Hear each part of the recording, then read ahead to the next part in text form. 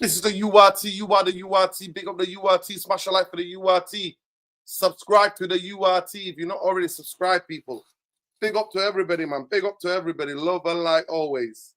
People, please subscribe to the channel if you're not already subscribed. And congratulations to all the Therapy Army Massive who absolutely have done a superb job. Big up to everybody because we have reached 15K. We are now on 15K and 25 subscribers. So big up and love to the people who subscribe to the channel. Welcome to the channel, those of you subscribed. Yeah, we're on 15.3030. That's what we're on. Big up to every one of you. Love and light. We've got much to discuss tonight. Much to discuss. Big up.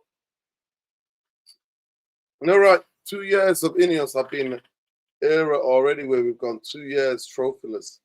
They're a curse. The only club along with the Glazers. Yeah, 100%. Disgraceful far. Listen, we're going to talk about that. We're going to talk about that. Big up to Saul. Big up to all the mods on the channel. Big up to everybody who subscribed to the channel. Love and light. I want Ineos and Glazers to head now 100%. Third trophyless. Arsenal have won another league before us. Yeah, 100%. Arsenal have, and I think Arsenal are going to win more league titles in the way they're going on, and I don't think we're anywhere near it. Smash the likes. The way in, people. Yeah, smash the likes. Big up Sol. Big up to everybody. Big up to everybody and love and light, man.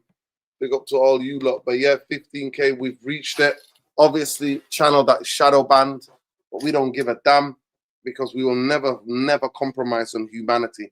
We will always talk about humanity. We will always shout for those unfortunate, those people who are facing, especially colonization and imperialism, wherever they are in this world. Love and light. Big up to everybody.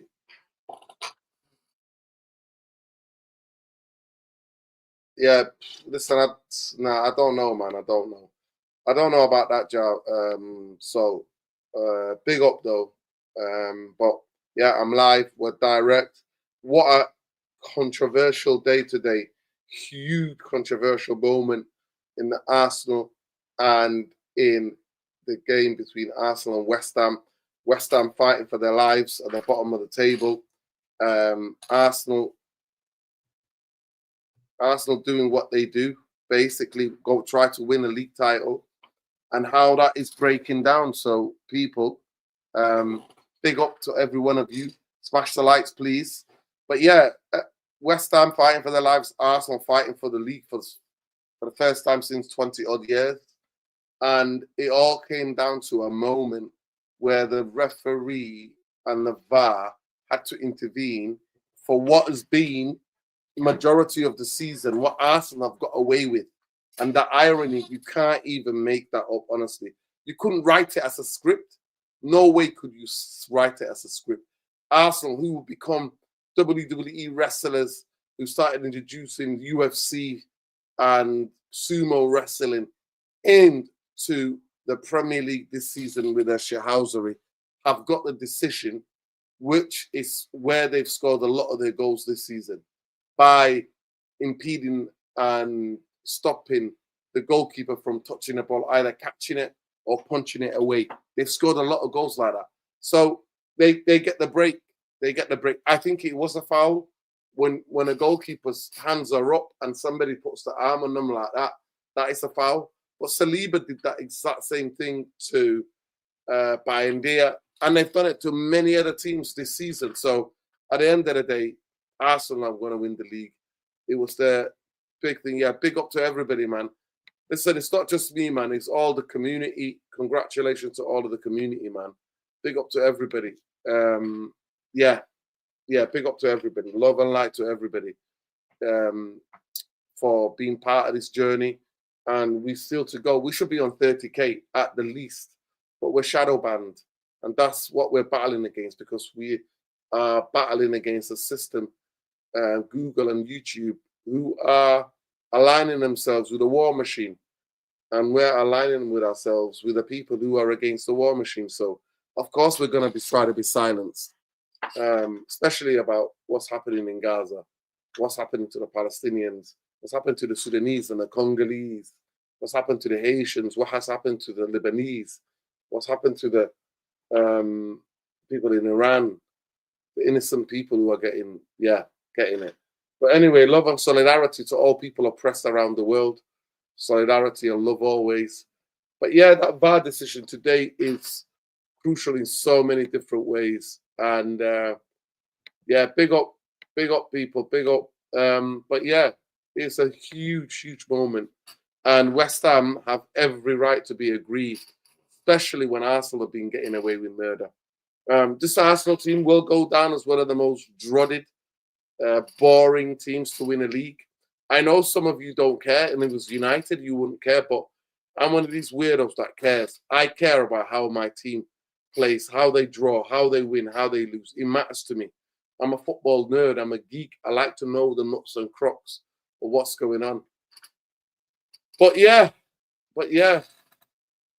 very controversial, incredibly controversial on what happened today to West Ham. And it's really fascinating. Big up Cameron. Cameron's here. How you doing? Yeah, bro. All good, man. Long time no speak. How are you? Yeah, man. I'm good. Talk to me, man. Listen. Decision. You've been absolutely doing sumo wrestling. You have been we're very physical. Tactics. You've introduced UFC tactics, right? And your boys today got away with murder. People, give it up for Cameron. He's a big Arsenal fan. Big up to you. Long time, King. I hope you're well. Appreciate it, bro. How are you, first of all? How are you?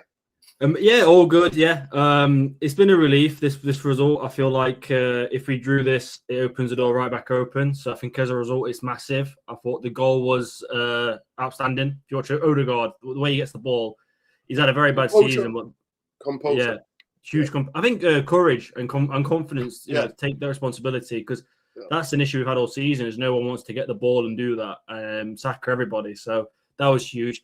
I think it's an obvious foul, but I do agree that corners have become something else, and we are the culprits, so to speak. So definitely agree with that. But it's a clear foul. Do you understand that teams are just like, wow, how are Arsenal getting that decision? Well, they've started this trend. Yeah, no, it's ironic. The goalkeeper, the irony. It's very ironic, but I think this one's more egregious than ones I've seen. Like, for example, I know you United fans want to bring up the one that we had against you in the first game of the season, but that's more key. I think it was what's the Turkish keeper you guys had? Bayindir, yeah. I think he was weak. Like, it wasn't. No one was impeding his arms. He just got kind of pushed into the goal. Right? He kind of felt the contact and let it happen. This was like Raya had his arm pinned down. Like, it's quite egregious. But I do agree they need to fix the corners, the FA. They need to get cracking down on how they ref these, because it's absurd. Yeah, I mean, I'm going to show you. You'd be surprised that I've not got it teed up already, Cameron, knowing that you were coming on the show. But here we go. Look at Saliba's hand on Bayindir's hand. Look at that. Yeah. This one is the other way. But look at Saliba's hand here. Right, it's not good. Listen, I admit Saliba. I admit Bayindir was weak. Right, yeah. I admit that. But look, that's why they gave it. They gave it because his hand is on him. And look there.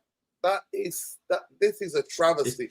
It's definitely a foul. I mean, yours is a foul. That is a foul. And I don't think it's on Arsenal, because Arsenal are not the referees of the game, but it's the inconsistencies of VAR. It's the inconsistencies of teams. Some teams get away with it, and some teams are not getting away with it. I mean, the fact that they had to. What they don't show you on this one, here, is that actually Tadebo's behind their goalkeeper, and he's pulling Raya as well. I called it. I was doing a watch along with Saeed. I called it straight away. I was like, yo, that's a foul. Yeah, it's close though. The rules are there, and it's clear and simple, but they just refuse to give it this season. They refuse to give it. And now you've set the trend. Arsenal have set the trend for the whole of the Premier League to do this madness. I mean, if you're the FA, what do you do to kind of get more like regulation with these? Go back to what it was. Go back to how it was. Go back. The rules are clear, by the way. The rules have not changed. The rules are clear. Yeah, big up Saeed for the raid. Big up Saeed for the raid. But yeah, we got an Arsenal man on here, man, answering to their crimes against football. Listen, I'm on trial. Man, like Cameron's on trial, mate. Cameron's on trial. I've been on trial all season watching this football, man. It's been rough. It's been rough. I mean, I'm so happy they got it done. But like, yeah, these set pieces, I think what's underrated is how physical Saliba and Gabriel are. I think that's out like next level. Rants for the raid. Big up rants for the raid. Big up rants, man. Yeah, but I do think, you know, I remember at the start of the season I was watching it with some mates, and I said that was on Bindier was a foul, like quite clearly. Yeah. But I just don't think like you said, it's inconsistencies. Some refs like to let it happen. Some refs like nitpick it too much and keep stopping it. But yeah, I mean, listen, Cameron, be honest. I'm a football. If Manchester United play this type of football, right? Yeah, I would be like, yeah, I'll be happy we won the league, but I'll be like, it was quite dull and boring. Be honest, Cameron. Have you enjoyed watching Arsenal this season? Absolutely not. I think I'm against the grain, where I'm very much a Wenger. Man of my own heart. Man of my own heart. I'm a football fan first and foremost. I think the way you win is just as important as what you win. So like exactly what you talking about Fergie and back in like your glory period of even like from 2007, 8, 9, 10. Like you guys played such swift, attacking, dynamic football. It was great, and we played Wenger ball. Those people look back on those sides with pride. People don't really look back on Chelsea's teams really that much and go, "Wow, what amazing team that was." They're just like, you look at your results. Same with this team. Like physically, they're amazing. They compete, but when we go forward, it's so dull, and no one can tell me different. I had some guy saying, "Oh, Arsenal scored the most goals and all this stuff."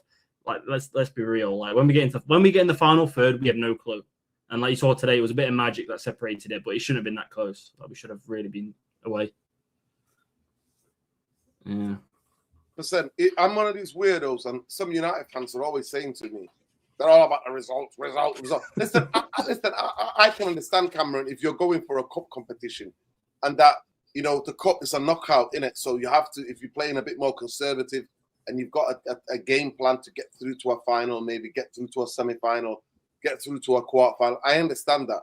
But a 38 league season, I personally think, obviously, you watch Arsenal more than I have. But I've watched Arsenal because I actually wanted Arsenal to win the league from the beginning. You know, I don't want City winning the league, another league.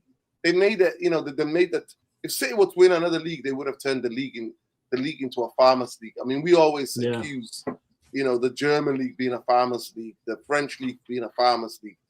But actually, City won so many in a row, the Premier, before Liverpool won it, that it did become a farmers' league. But genuinely, like, I thought at the beginning of the season, I think your season's been split into two, I think. The beginning of the season, I think you were way better than most people. You had the best defensive record, or you still have the best defensive record. But you were scoring goals. You had dynamicism. You were winning games at a canter. And then about 4 months ago, I think it's when it started to get really, like, dreaded, where you started playing for corners. Soon as you start, your fans and your players start celebrating corners. It really that was embarrassing. Jeez, shameless, absolutely shameless. Yeah, you know, you spot on. I think that's how it's felt this year. I don't know I can't quite pinpoint what changed. I think Calafiori is quite important for us going forward. Like when he plays, we feel a bit more dynamic. Midfield, yeah, exactly. Yeah, he's like this weird left back in midfield inverted. He also like gets a bit forward as well, like gets in like the wing position. But you know, yeah, like I don't know. I'm trying to think what changed. I think it's just a confidence issue. But what we used to do is we used to like bring the pressure into our half, into our final third. We'd play some great stuff to get out. We'd beat the press. We'd get forward, and usually it was Saka, Odegaard, Trossard. Somebody would make something happen, and just I don't know what changed, but yeah, we just couldn't get out of the final third. When we did, it was so nervous. There was a lot of tension. Like you said, I think it was the pressure of we were running away with it a bit. And then we started to have some draws. We went to Forest and couldn't. I think it was Forest 0-0. We went to Brentford and had a draw. And these results put pressure on the team. And then they just stopped playing. And then we just started like getting these scrappy 1-0 wins, like today, like you said, from a set piece. And we've just like not really played nearly to what we can do. So I heard Ian Wright today. He goes, "Oh, this is I think this team will eclipse the Invincibles if we win the Champions League." Chance. I know, right? No chance. What a joke! What a joke! Invincibles, oh my God, they entertained. Yeah. I'm a United fan through and through, but I would watch Arsenal on a regular because Robert Perez, you had Vieira, You had Ashley Cole. Was Ashley Cole part of the Invisibles? Yeah. Running down the left. You had Thierry Henry at his top. You had players who could win. To me, Robert Perez is one of the most underrated attacking players I have 100%. ever seen. You know what I mean? It was Bergkamp and the Invisibles as well. Bergkamp was there, yeah. He was up there. Look at that. You just had Bergkamp, Perez, Thierry Henry. Are you taking the piss? The goals that you guys scored. I remember the goals that the football you got. It was champagne football. It was scintillating, dynamic football. You could score from all sorts of goals. Arsene were the entertainers. Arsene Wenger, say whatever you want about Arsene Wenger. He brought freshness and a way of winning to win and to play beautiful football, man. Some people are saying Arteta, 2 seasons ago when he didn't win it, when you lost the league by 1 point apparently, you entertained and you didn't win. But you didn't win because of your squad. Not because you entertained. It's because of your squad. You didn't have a squad that was good enough to be able to challenge for a Premier League type. And you did remarkably well still. But you can do both. You can entertain and win. I don't know why people think you have to do this. It's like mutually exclusive. Here's a question for you. Obviously, you've kicked off now with Carrick. You've been playing some good stuff up until recently. I feel like it's wobbled a bit. But would you trade places with Arsenal? Would you have top 3 consistency and good European performance, but with a defensive negative coach? No. Wow. Okay. Interesting. No. Jose Mourinho. I lost my hair. Cameron, listen. I go to games at Old Trafford. I'm not going to lie to you. Big up Saeed for the raid. Big up Saeed for the people. Please smash a like on the video. Subscribe to the channel. We are shadow banned, but somehow we've made it to 15K. I want to congratulate all of the regulars and all the new people who've come on and subscribed to the channel. We should be on 30 to 40K, but YouTube has somehow shadow banned us because we speak about what's going on around the world. We refuse to be silent, and it's mainly the biggest litmus test is the Palestine issue. If you are for free Palestine, you would get silenced on Western platforms, and that's what's happening to us. Google and YouTube are conspiring against us. And then if you badmouth the UAE as well, what the genocide they're doing in Sudan, you also get that extra ban. So we are what we are. But people, please welcome. We've got an Arsenal fan here, Cameron, who's a football fan first. He just asked me the question that would I want to swap with Arsenal? No, I wouldn't. But let's run a poll. Let me just think this. Let me ask the people. That's a really important question to ask. So let me ask the people. I'm going to run a poll. That's the biggest shock I have today when I actually go. So I go to away games every now and then when I can, and talk obviously with people there. And the lack of regard people have for the football, they just care about the result. And I think why have you bothered to come if you're just wanting to watch that? Yeah. For me, like it's all about the way we play, and it's ingrained in our culture. You know, been very fortunate, and we've kind of gone away from that. But I don't think like when people go on about how great we are defensively and all these things, I think honestly we've done very well because of the competitiveness of the landscape. It's just been so poor. Like no one's been good this year. Let's put it plain and simple in the Premier League. I don't think anyone's been top notch. I don't think anyone's been top level. And you can say the same in Europe, really. Like I think the new Champions League favours teams like us because we can go away and get a result quite comfortably. But I think Ian Wright goes, "Oh, they're going to be undefeated in the Champions League." It's like, yeah, you should be. That's what you should be to win it. That's what it used to be like. You know, maybe you might drop a couple of games in the group stage, but you had to go and beat some amazing teams in the knockout stages. Like whereas now you can beat PSG like last season. I think they finished something crazy like 16th or something, and then go and win the Champions League. Like, that's mad to me. But I mean, I think next season, do you think you're going to compete for the title? No chance. Wow. Cameron, we've got so many problems. Boy, but we've got 99,000 problems, bro. 99,000 problems. That's what's number one? Jim the Rat. Jim the Rat and the Glazers, bro. Actually, no. At least like a majority of those problems we got. Actually, all of those problems are the ownership. One thing I would say about your owners, right? So let's talk about it. Let's compare it to your owners. Your owners after the what was it about the Super League debacle? they actually, Kroenke came, and Kroenke's son really took the reins of your football club and basically became like a hands-on ownership. Because I know that it was Usmanov and Kroenke for a long, long time were, you know, I think Kroenke owed like 40%, and Usmanov owned like 35 or maybe 40%. The rest was owned by Kroenke. So after he bought Usmanov out, and after the Super League debacle and your fans protested, what actually happened was that the son of Kroenke became hands-on and started running a football club. Yeah. So actually, the Super League, you have benefited from the Super League kickoff. And what happened? Big up to Alice. Big up to Alice for the raid, man. Big up to Rance for the raid. Saeed for the raid. Love, man. People gather, come in here. Let's be having you. Big up, Ben. I want to congratulate everybody who's ever contributed to this channel. All of the panelists, everybody who's come on. 15K we've reached. Big up and love, people. Please smash a like on the video. Subscribe to the channel if you're not already subscribed. So that actually you benefited from the fallout of the Europa League. Sorry, of the Super League. And now you've had a turnaround of your football club. And Arteta, to be fair, has shown that when he first came in, he was quite defensive.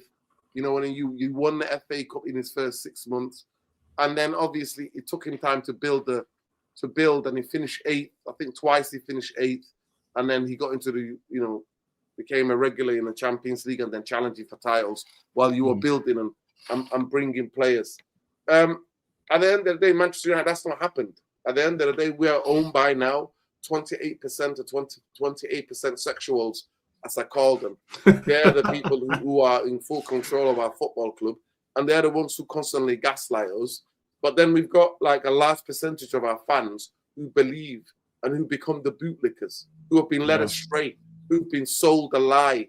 You know what I mean? Who are hooked, you know, hooked, line and sinker. They're hooked, line and sinker. You guys are very supportive. I noticed that, like United fans I've met and spoken to, you guys will, maybe to a fault, will support back a manager to the end, you'll back a owner to the end. In Arsenal, and when we have people calling for Arteta to get sacked this season, you know, like we're very fickle, whether they like to admit it or not. And even with the protesting, it's you outlined our ownership, which is 100% correct. We didn't get any investment like in Wenger's like pretty much his whole tenure, but especially towards the end when we paid the stadium off, was because why would you put money into something like you said? You only own 60% or 50%. You're not going to do it. He only started investing once he cleared out Usmanov. But yeah, also Josh Kroenke, he came in and he took reins of the club. I think he's a very good, I don't know what you want to call him, a GM owner. He does a lot in the US.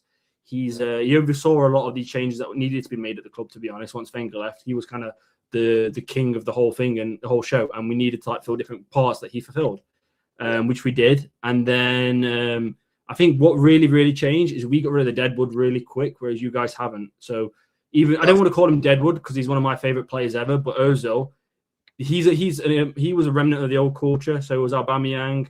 So was even some good guys like Welbeck, some like Mertesacker, Monreal, all these guys. We had to get them all out and start fresh, and we had to like put a whole clean slate. And so, you know, with the backing of this new structure, we got in Jesus, which was a big culture builder. Whether you know he's not really present now, but he's a big culture builder. Zinchenko was great for the first 2-3 years. You know, winning mentality, knows how to perform at an elite level. We rebuilt the club quite quickly. We rebuilt the whole structure. And I think you guys, how am I still seeing Luke Shaw and Harry Maguire in the United shirt these days? Like, I don't get it. There you go. Look, that's an outsider. Big up to Ben. Me and Ben ask ourselves the question. This is the only channel that is actually set up to critique the ownership. You'd be surprised, bro. This is the only channel and the banner is there. Look, Blazers and Radcliffe out. That's how it is. We keep it 100%. Big up, Ben. How you doing? Been enjoying the sunshine, I gather. It's been sunny in Ireland today, no? Bro, it was. Big up to the both of yous, man. Can you hear me now? You hear me? Yeah. You can, yeah? Yeah, okay. We can't hear you. No, we cannot hear you. No, I can hear him. You want to come back? Come back. No, 100%, Cameron. People are just absolutely like, they're absolutely like loving this. Keeping players. Innocent, what happens when you've got when you've got ownership that is constantly gaslighting and runs the football club on PR, pure PR, right? What happens is that fans then clutch onto to the bare minimum, and they start telling you Maguire is this, Maguire is that, and because of the standards, any sort of standards that we used to have at Manchester United, all of it fell away, and it was constantly destroyed year on a year since Fergie left by the Glazers, and now Ineos have finally come and the standard. They put the standards in the bin basically, but some of us never forget. We're here. We remember what the standards were, and we try to hold people to accountable. So does Ben. Go ahead, Ben. You good? Can you hear me now? Can you I hear hear me, you, Ben? It's weird. I cannot hear you whatsoever. Ask the chat. I think I can hear him. Can you hear me? Yeah. And then, yeah, I can hear Ben. No, I cannot hear you. Cameron, can you hear him? Yeah, I can hear him. Cameron, can you hear him? Yeah. I think Nora's your connection's going, man. Is it me? Is it my fault? Is it just me? Yeah, it might Cameron, be your can you connection. hear him? Yeah, I can hear him. No, I can hear you. I can hear you. You can't hear Ben. Ben. Ben, I can hear you now. Oh, there we go. Can you hear me? God damn it. Big up, man. Big up, man. Big up. I think it's YouTube, bro. I think it's YouTube shut us down once again. Oh, it's shadow banning again. It's because you're talking about Ratcliffe. Ratcliffe's attacking you. Bro, this is it. Anytime Nerdin speaks about Jim Ratcliffe, bro, it's he gets shut down, man. Honestly. But yeah, first things first, Nerdin. I want to congratulate you, and I want to congratulate everyone in the community for reaching 15k. Like I said, Nerdin is the only fan channel in the whole United fan base that ever speaks about the truth, and also about these owners. Because anyone that ever speaks about the owners, they're looking at their wee fucking side pockets and, oh shit, I can't criticize any of us because they might do something to my channel and stuff. Like they're hesitating, they're getting nervous and stuff. But like, big up to you, Nerdin, man. Keep going, bro. Keep doing what you're doing, man, and keep everyone in the chat. It's congrats to everyone in the chat as well, because you lot are the goats. You lot are the legends in this chat, obviously, for keeping this keeping us still here as well, along with Nerdin and the rest of the panelists as well. So look, congratulations to everyone, but most importantly, congratulations to you, Nerdin. Yeah, man. I mean, I presume we're talking about the Arsenal game and Man United news. Wow. That was probably one of the worst VAR decisions I've ever seen in my life. Reason being, when I seen the initial file, I was like, right, that this could be a free kick. But as soon as they scored, I knew instantly this was going to be a free kick. But when I seen it back in replay, I was like, no, there's no way this is a free kick. No way this is a free kick. Why? Yes, the arm's on Raya. That's a fact, right? I'm not getting out of hand with that. But the fact that Raya's hands is literally like this, right? And see the strength he pushes or pulls the ball behind him. It's so smart of Raya, because he knew instantly that he was gonna fuck up. And he was gonna fuck up. Now, if I had to throw a ball up in the air, like what, about 3 or 4 meters in the air, right? And I knew instantly there were so many people around me. Obviously, my initial thoughts would be to just like basically baby push it. Like, I mean, like the softest wee touch ever, right? And that's what Ray did. So I'm sorry, man, if that was any other strong or any other goalkeeper, they're doing this with their hands. Like a full-on strong push. Like if I was Le Mans in nets, for example, he would have instantly just full-on pushed that way out of the way, out of danger, and obviously the rest is history. I'm sorry, Raya he's a smart goalkeeper. I knew exactly what he was doing, but the fact that he's higher than his arm's literally right here, right? And his arm's actually not interfering with him because he has so much space. He actually has a lot more space than what other goalkeepers have had in the past with VAR decisions. I'm sorry, like that there is just no way is that a fucking foul. The fact that Bayindir, yes, Bayindir's one was questionable as well with Man United as well, because the thing is, a Bindier, his was like, I think it was Saliba was in front of him. He like shoved him or like barged him back so that he can't reach the ball. If that makes sense. So realistically, that Bindier, I'm not going to be biased. Bindier's one was a wee bit questionable as well. But I'm sorry, this one was just out of hand, man. And I knew instantly whenever the VAR were looking closely at the screen, I knew this was going to get overruled. And look, I feel so sorry for the West Ham fans because I want Spurs to get relegated, man. But do you know what it is, bro? It's like I want Arsenal to win the league. I do want Arsenal to win the league. The only issue I have no issue with Arsenal like football club, but see like I know you're an Arsenal fan, but see the fan base. Boy, you lot are the most honestly, you're up there with the most delusional fan base in the world, man. And like, in what way? I'd love to hear this. Robert, I've just seen AFTV interviews saying Arteta's already better than Sir Alex Ferguson. Nah, like what you can't take these people for real, man. These guys are rage baiting you. But these are people actually like people are actually saying these things. People are actually saying Saka's he's one of the best wingers in the world. Like, bro, Saka's been dreadful this season, man. He's been absolutely dreadful. But honestly, bro, as soon as I seen Sir Alex better than this, like, do you know what it is? It's just you never know when to like obviously no disrespect. Obviously, I don't know what you're like. Obviously, like respect for you. I don't disagree with you, to be honest. Cameron is a football fan and an Arsenal fan. Cameron is 100%. Cameron is definitely not a delusional gunner. Well, I'm glad because honestly, bro, it's just seeing the amount of fans out there that just never just shut up, man. Like honestly, like just know where you are. Like just like what we had to do. Get too excited. Man United fans are the exact same. I'm not going to be best. Man United fans are the exact same. Man United fans lick the arse of Sir Jim Ratcliffe, lick the arse of fucking Glazers. Like honestly, it's a fucking joke. Me and Erden call them out every fucking time. That's why we call them bootlickers because they just gaslight the whole fan base. This is why other fan channels will never criticize any Austin Glazers because they're all fucking paid into their fucking pockets because they don't want to lose subscribers, they don't want to lose viewers and all this shit, man. Like, it's a fucking joke, man. And like, one thing I will give you massive props and respect is whenever shit does hit the fan, use actually react, use actually organize protests, not only just one protest, use actually react. Like our owner was he was racist there. He said racist comments like a few months ago, and all of a sudden, Man United fans have to accept that shit. Yes, racism is everywhere in this world.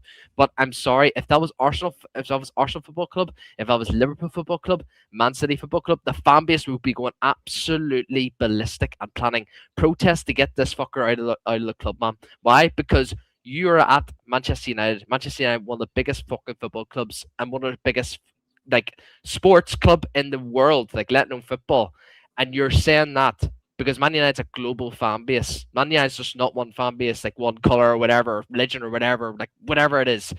It's a global football club. You've let pretty much half the fan base or 3/4 of the fan base down, and we're basically accepting them by not doing shit, and we're letting them away with it. And that's what I would give you props. When the Super League was announced, Arsenal fans protested like fuck. They were literally outside the stadium and literally they're about to go into the stadium and say, "Look, we're not tolerating this." What is Cronke is your owner? Yeah. He usual were like literally going mad Cronke out. Like it was like were literally like what Man United fans were like years and years and years ago under Fergie, with the Glazers blocking traffic, blocking obviously the rest is history obviously with obviously all the violence and stuff obviously back in the day, like, but that's one thing I give massive props to you, like to some degree with the fan base is when shit hits the fan, you will never like let anyone get away with anything, and that's one thing I'll give credit to you. It's like, but yeah, look, you guys need a bit of our reactiveness, yeah, for sure. I don't know how 100%. You guys would put up with Ratcliffe, like it's mad. It's unbelievable. It's unbelievable. Me and Erden just constantly called out, and people just want to get behind it because we've got the best in class. We've got a Jason Wilcox, a City merchant. We've got a Barada. We've got a fucking Omar Potato Head Barada. No Scooby, no clue, mate. Scooby-Doo, no effing clue. Exactly. That's what we've got. Yeah. Cameron, big up to this guy. He says, yeah, Big Rem says here, for the first time in my life, I have to witness Arsenal winning the league. And United fans can't decide if they want to keep Maguire and Luke Shaw. I don't get it. I was going to say, Nuruddin, I don't know how you keep it together when you're on the Mandem talk, and you're trying to tell these guys, you're saying it's time to move on from Maguire, and then I've got to hear people go, "Oh no, but he's leader and he's on the upward." We've got experience. We've got experience. You know, he's actually good. We could use Luke Shaw to like if for a game here and there. No, fuck him out, bro. Honestly. I just don't understand. Like, honestly, I watched that show, and honestly, I mean, part of my job is delivery. Like, I was delivery driving, and I had it on Bluetooth, and I was literally listening to the conversations, and Nerden was like saying, you know, we need to get rid of Maguire. We need to move on from Shaw and Maguire. Thank you for your service, but move on. And honestly, the amount of like shouting and ranting I was doing in the van, by the way, because I wasn't even on the show, but I was like spectating. I was actually ranting, and there was a person beside me just giving me a dirty look, saying, "What are you ranting about?" But I'm just, it's just so hard to actually listen to at times when people want to freaking let any of us get away with this shit, man. This is what just pisses me off at this fan base, man. But yeah, just a joke. Yeah. Joke. So Cameron, talk to me about Arsenal. Obviously, you've got now Crystal Palace. Burnley at home and then Crystal Palace away. I think today the league was done. You know what I mean? I think you're going to beat both of them. Crystal Palace are far more focused on the conference final that they've gone through to, and players don't want to be injured for that. I think they're going to come on the pitch. They're going to try to run around, but they're not asked. They're going to save everything they have for that final. How do you see your chances of the Champions League final? I think we've got a chance because I feel like, I don't know, I felt like I watched a different semi-final last year to a lot of people, but I thought we outplayed PSG for a good part of it. I feel like Donnarumma was the difference in those two ties. He saved a really good one-on-one against Martinelli at the Emirates, and then there was a volley from Odegaard, second leg at their place early in the game, where this is the Donnarumma that the City wanted, where he literally clawed out the bottom corner. I thought we played really well against them. We're a different team this year. We're a bit more solid defensively, but we don't have as much venom going forward. I think we'll have a chance, but it's the first goal.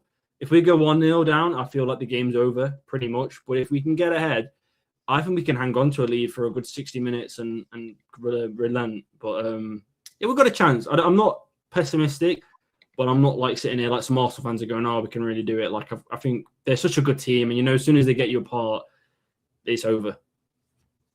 To me, the biggest thing would be if Kvaratskhelia, if Dembele, and the other young kid, the French Doué turn up. Yeah. If they're on it, it's good night Vienna, my friend. And even you know that, Cameron. So it'll depend on how well on it those three are. If those three are on it, trust me. I'll tell you what as well. Saliba and Gabriel, they're all getting cooked. If they're not on it, like they weren't on it, you know, in the game against Chelsea in the World Club final, Chelsea destroyed them. You know what I mean? Destroyed them. So that's what it will be. But I've got a funny feeling those guys are going to turn up. I think as well, Nuno Mendes as well. He's got a big game on his hands because I remember in the Bayern Munich game, him and Alphonso Davies were just struggling big time with the two games because the right mid for what do you call him, Olise, and the other fella, obviously Dembele and Desire Doué, like they were basically, it was literally like a playground to them compared to obviously with Nuno and Alphonso Davies. So look, it's gonna be very big game with Alphonso Davies, your man Mendes. I don't think your man Hakimi's going to have an issue because obviously we know what Martinelli and Trossard are really like this season.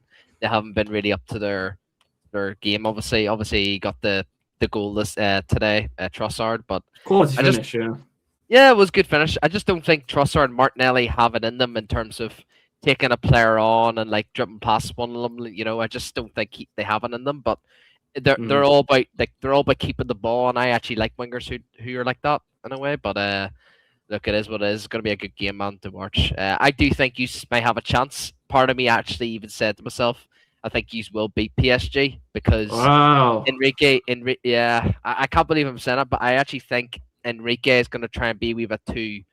Yo, guys, I'll be back in 5 minutes. I've just got to check something from a neighbor. Go ahead, bro. Yes. I think these are going to be Enrique's going to be too aggressive it is, and he'll probably play a super high line, and I think that's when you are going to be scary, because once Gyökeres or Saka get on the ball and the counter attack, then it's going to Yeah. be good night Vienna for PSG. Like, but and also the midfield as well, bro, because Rice has been very tired this season. I think Rice has been playing too much. Insane, right? How many? He might play 60 odd games after the World Cup. Yeah, it's crazy, man. It's crazy, but 64 games or something. Yeah. I think it's gonna be. I don't think it's gonna be an entertaining game, though. I will say that. I think one of the teams will either win 2-1 or 1-0, like a scrape result, should we say? Like, it's gonna be one or the other. I don't think it's gonna be a big scoreline. That's just my opinion, because I know what Arteta's like. Arteta's becoming more like Michael Carrick, like our manager, where you score one goal and then you don't go for the second goal. Even if you do score the second goal, you don't go for the third goal. Like, Michael Carrick's all about sitting back, allowing teams to come at you. Similar to Ten Hag as well, like our previous manager. Like, but yeah, it'd be interesting to see. Here's a question for you, man. So based on that, who's? I mean, you just said it doesn't sound like you're too keen on Carrick. Who's your pick for permanent United manager? Have you got, Enrique. early. Enrique.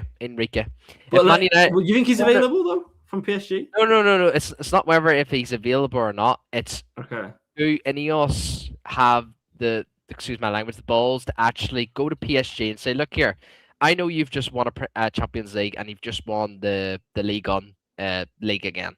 Yeah. Here is 25 million, right? Here's 25 fucking million British pounds to pay for your fucking contract. Take it or leave it. And do you know what? Enrique is going to say, look, I've built this squad. I've won back-to-back Champions Leagues. I've won so many League Ones. He's coached at Barcelona. He's coached at was it Roma, I think, as well. Mm-hmm. Why not go to probably arguably one of the biggest clubs in the world, probably the hardest clubs in the world? Why not go and do that? And if he rejects, then I'll give some credit to our owners, because they've actually went and tried. They're trying to get the best guy. Yes. Yeah. They're at the end of the day, the owner is looking up for the best interest of the club, for business perspective and also for football perspective. What they're doing right now is like literally the Poundland. Like, do you know where you got your Tesco's, your fucking Marks and Spencers? Bro, these lot are going for Poundland. Like, recruitment in fucking Carrick, all because of these fucking like Vibes FC, like Results FC, like business. Look, partially is look. I think Carrick is a better coach than Ole Gunnar Solskjaer. But I'm sorry, his football is absolutely disgusting to see for a fucking Man United fan. You don't want to give him a window though. Like I think Enrique would do amazing things. I think United have dropped a level now on who you can get. I just don't think the top tier managers will come anymore after what you've done with Ten Hag and what you've done with Jose. I just don't see people wanting to take that job. It's just an impossible job. It's hard to succeed. I agree with you, but I think largely it's because of the ownership we have. Yeah. When you go to any business outside of football and you see the businesses in £1.3 billion in debt, then you're going to shit yourself. You're going to say, what sort of toxic environment place am I going to? Obviously that comes into place, but I do agree with you. But at the end of the day, they always, so Jim Ratcliffe said to us, we don't have the funds or the money to invest in once for the transfer window this summer. And look who we bought. We bought Mbumo, Cunha, Sesko, Le Mans. We've just spent 200 million, but you've just literally purposely lied to our fucking faces by saying you had no fucking money. So I like to think that you have money, because you don't speak the truth. You're fucking telling lies. So why don't you splash 25 million of your own cash into fucking probably one of the best coaches in the world? Look, if it doesn't work out and the sources come out saying Man United have been rejected by PSG or by Luis Enrique, he does not want to come to Man United, then happy days. That's okay. Then just move on. Who's your plan B though? Because I'm going to say he's not coming. Just top of my head, I think he's going to say no. I know. Look. Yeah. In hindsight, I know in my head that he's definitely not coming. Why? Not because not because I'm dreaming. It's because I know who the owners are. I know who the Glazers are and the Ineos are. I know who Ginger Makov is. But I'm just saying it as well, if Man United still have these high standards, this bullshit high standards, then go and splash 25 million on them.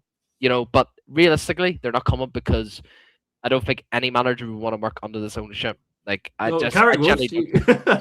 but he's a puppet. He's a fucking puppet. Like do you like the Muppet Show? Like he's like one of them, man. But look, I think any other manager to come in after Enrique. I mean, Nurden mentions Areola. I like Areola. I do like Areola a lot. The problem with Areola though is he plays like a double pivot instead of a flat free midfield, just like what you do.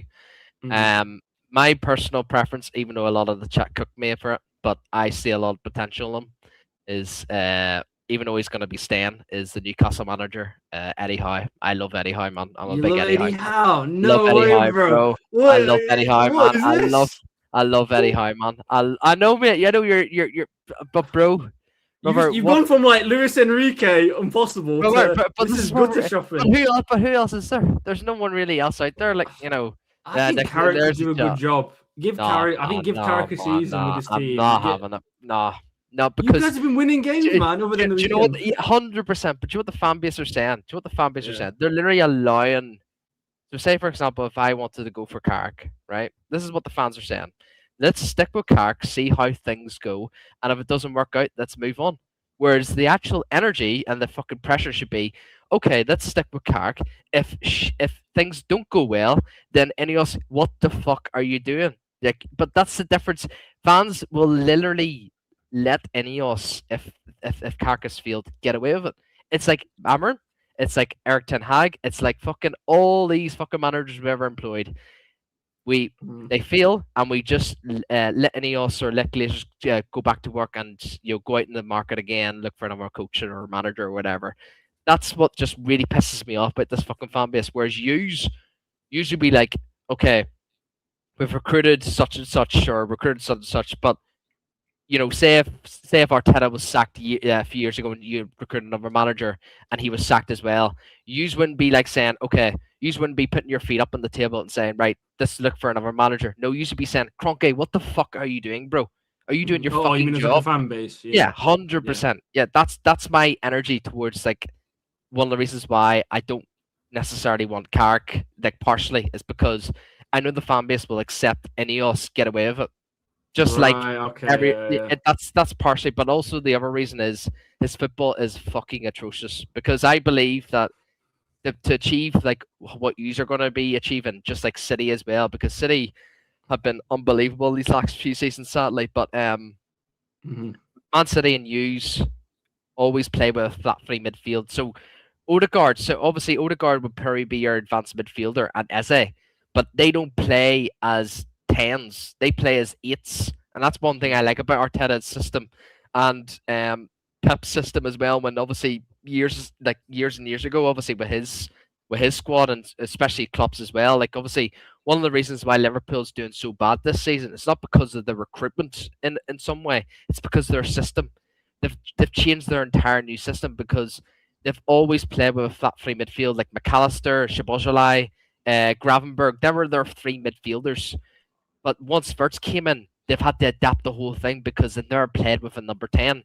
Whereas we've played with a number 10 throughout probably the last decade in a way. The only time we never played with a number 10 was when Ole Gunnar Solskjaer came in as a temporary coach, as a caretaker manager, and we had a midfield of Pogba, Herrera, and Matic. Like none of them three players are number 10s. They're all like 6s and 8s. Like they're all like do both jobs. And this is why obviously there's teams like, Barcelona, like back in the day with Iniesta, Xavi, and Busquets. Like none of them three are like advanced midfielders. They're all like proper midfielders. They can do the attacking role and the defensive role. Same with Newcastle with Eddie Howe's built. Joe Linton, Bruno Guimaraes, and Tonali. None of them three are all attacking midfielders. They're all like your football suffers for it though. When you get into advanced positions, you don't really have somebody who can pick the lock. That's the biggest issue. Or that free man to like occupy defender. Your number 9 suffers because he has to deal with 2 centre halves. 100%. But the only reason to actually like progress as a flat three is this is what comes on next.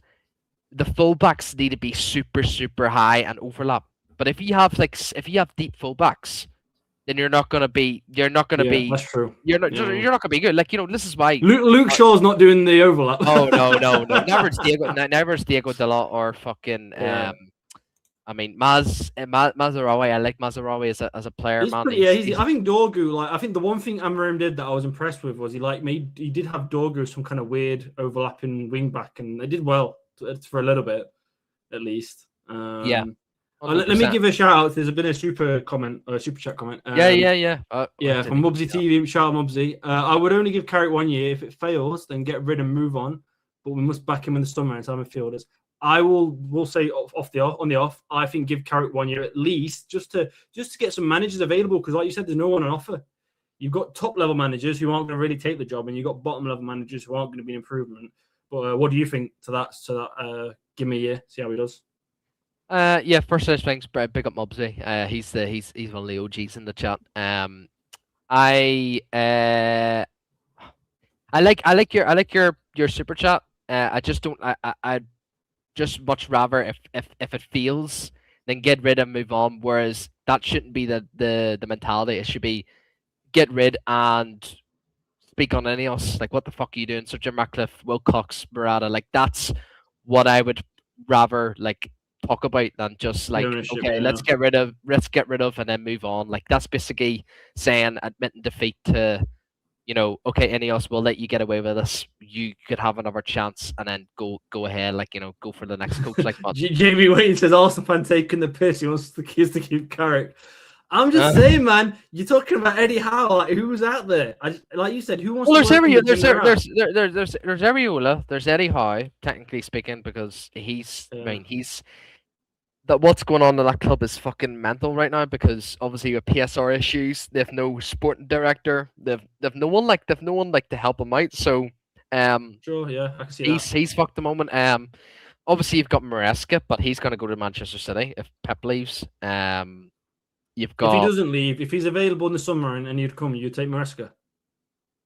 Would I take Maresca? Yeah. Oh, yeah, 100%. I would. Okay, yeah. I like that. He plays a 3-man midfield. Basically, any manager that plays a flat 3 midfield, I'm taking any day of the week. 100%. Okay, you're what, on a 4-3-3? Oh yeah, that's my go-to formation. I'm sick of this fucking 4-2-3-1 bollocks. I just what about what was Amarim 5-2? I don't want to get into that, man.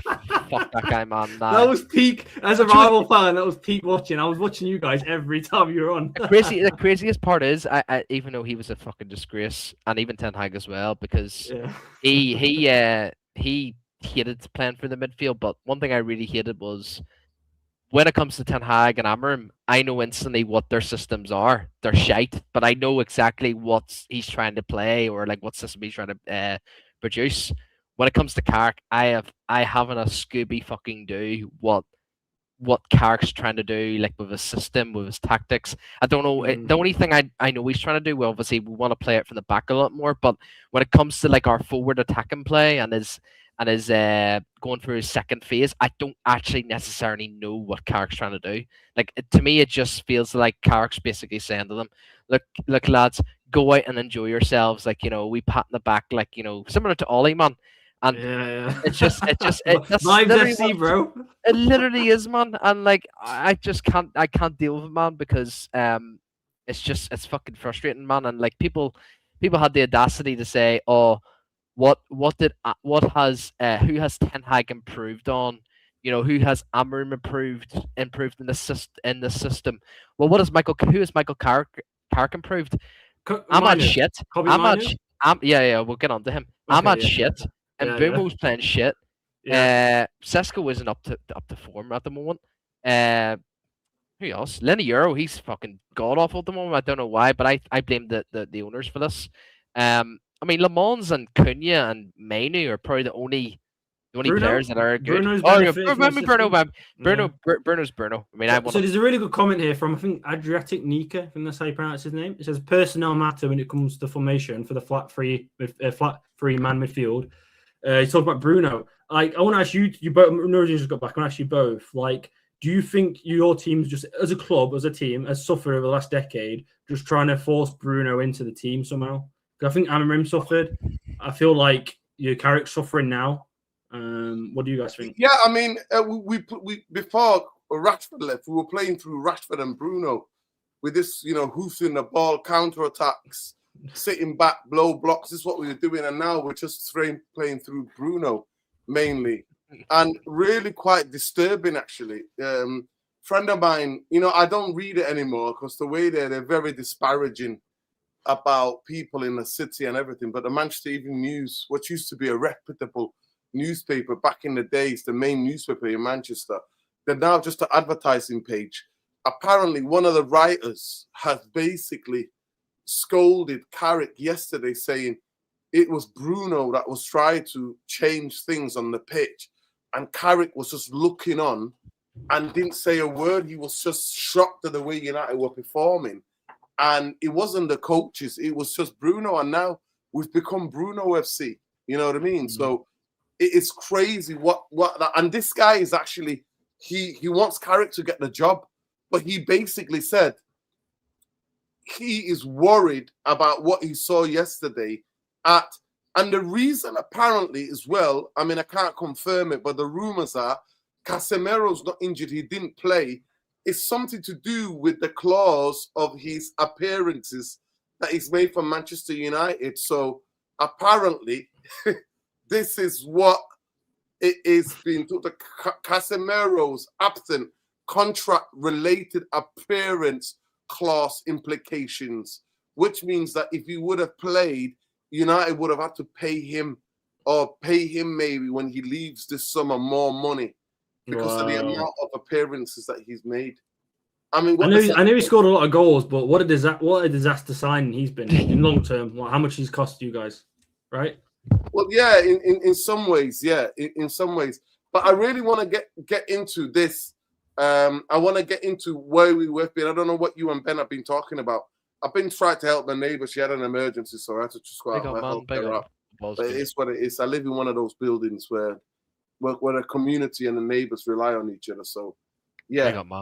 The big thing is just for me is that Bruno Fernandes has been a good player for Manchester United, but the way that everything's exaggerated at Manchester United is to the extreme.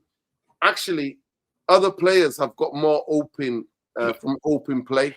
They've got more assists. Jerky's got more open play assists this season than Bruno Fernandes. I think we've scored the second most goals from set pieces, if I'm not mistaken. So because Casemiro is so dominant in the air. Maguire gets the odd header here and there. But I want to specifically talk about the ramifications, and that's why I've said we've got problems. The title says Manchester United have got problems, whether it's Carrick or no Carrick. And the problems that we have was laid bare yesterday in the terms of the squad, in terms of what we have in terms of a squad. And we think we're going to go to the Champions League and play 3 games a week, where majority of this season in the Premier League, we've played once a week and sometimes once 2 weeks, sometimes once 3 weeks, nearly 4 weeks. So this idea that our form and everything and the way we are, the trajectory is going to go on, it's ridiculous to me. It's absolutely ridiculous. Carrick is not a miracle worker. He ain't going to fix this. It takes the vultures and the ownership to have a serious rethink about the type of club they're in charge of and what they're running. So it's absolutely, for me, Crastus, incredible. The fact that all we have to do is blame somebody like Zertsky, who's not had a kick all season. Listen, I understand. I just want to say this. You could dislike Zertsky. You can dislike the type of player he is. You can dislike the way he plays. No problem. Because that's the footballing opinion. That is absolutely no problem. But the fact that after the game and in the last 24 hours to 48 hours, he's getting the scapegoat while Mason Mount, the darling of the English media, right, is getting away with scot-free. And how some people are saying that he played well yesterday is beyond me. Zertsky went off the pitch for the 65 minutes. Manchester United did not have their first shot on goal till the 92 and 32nd on target, right? Shot on target. They didn't have their first shot on target in the game till 92 plus 30 seconds, right? So please make it make sense and explain to me. Manchester United were not in control of the midfield yesterday. We were not. We were getting bullied. We lost every second ball and every first ball and every third ball. They hunted us down. Siddiqui and Xhaka bullied us, right? Kobe got hung out to dry. Mason Mount ain't a midfielder. And if you're going with that type of midfield, it's shocking. And you leave them both alone. And then Bruno is doing his thing up the pitch and moaning at everybody like he usually does. But we, as a team, Manchester United were not good enough to keep the ball. The wingers, the white people were not good enough to keep the ball. And we've always talked about it. What have we always said? It's a graveyard shift when you're playing up front for Manchester United. That has been a saying in the last decade or so. Whoever plays because Manchester United do not have control of the midfield. But to blame it all on Xerxes, people who should know better and who call themselves who think themselves of some sort of tacticos, it's shocking. I am absolutely gobsmacked to think that all of that was on Xerxes. And that if Sesko was on the pitch, he would have done anything better. Manchester United had zero control in the game. Zero control. They only played well to a certain extent, had a bit of control in the first 10 minutes of the second half. And after that, it evaporated. It's not even 10 minutes, 7 minutes or so. So this idea to blame Xerxes, I'm like, yeah, no problem. You could say he's crap. You don't like the way he plays. He's a waste of time. All of that I'm open to. But when a guy who's not played all season starts a game and then you are all, like I always say in it, no other football club in world football loves a scapegoat and loves a savior. I'm going to get that on a t-shirt, I promise you. No club in the world as Manchester United loves a savior and loves a scapegoat. And that's what we got. We've got a scapegoat yesterday. Midfield, we were disturbing. We were absolutely disturbing. And the problems are laid bare. And I'm hearing tonight and last couple of days that we are heavily linked with Morgan Rogers. What is Morgan Rogers? Manchester United? He's been absolute dross, by the way, for the second half of the season. I don't know if you watched for Manchester United. Is he going to win the ball back for us? Listen, Cameron, I'm going to give you a couple of minutes here. As a non-United fan, please, who don't watch United, what is your sentiment? What do you get the sense of?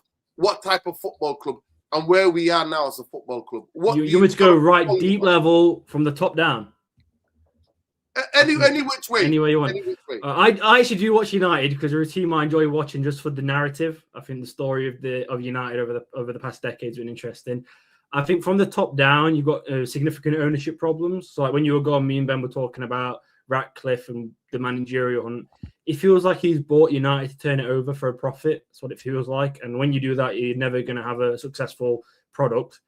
I think the debt issue is scary. The one thing I've always loved about Arsenal, right, from the David Dean era, which was, like 80s, 90s to Wenger to now, is we've always been very clean financially, self-sufficient, never needed oil money, none of that.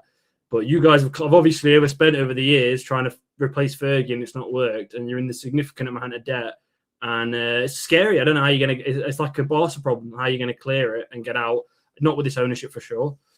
And then when it comes to the actual football and management, like Ben said, I think having a number 10 in today's era of football is tough. I think you need to be a really special team to pull it off, and most teams can't do it. You need a midfield free. The football's more physical than ever. It's quick, it's strong. So leaving like Casemiro and Mainu against Xhaka, Xhaka, Siddiqui and Mavuba, whoever, like they're never going to have a chance, are they? And I think the Mainu, for what it's worth, is going to be England's midfielder for the future. I think his quality, his composure is immense. How you guys fix your issues? Like we're talking, but while you're gone, we were talking about the managerial hunt. I don't know who's going to fix it because you've got so much deadwood that needs to go out. That's not going to go. Obviously, Casemiro, thank God, I think you're going to get rid of that contract. But no one's going to pay Shaw the money he wants. No one's going to want to pay Maguire the money he wants. Xerxes, I think, is a supremely talented footballer. I don't think he's cut out for the Premier League. I don't think that shadow striker, number like false 9 is suitable for any system that anybody plays in the Prem. So yeah, I don't know who's going to come in and fix everything and get rid of the players that you need to get rid of, and then also replace the players that you need to replace. The next year, you're going to have loads more games. So that's one good question I'd like to ask you, Noreen, obviously, and Ben as well, is how do you guys fix your current predicament? Where does it start? Is it protest? Is it could we protested, and I guess it did help. The thing that really helped, I will tell you, the one thing that helped with Arsenal was people stopped going to games.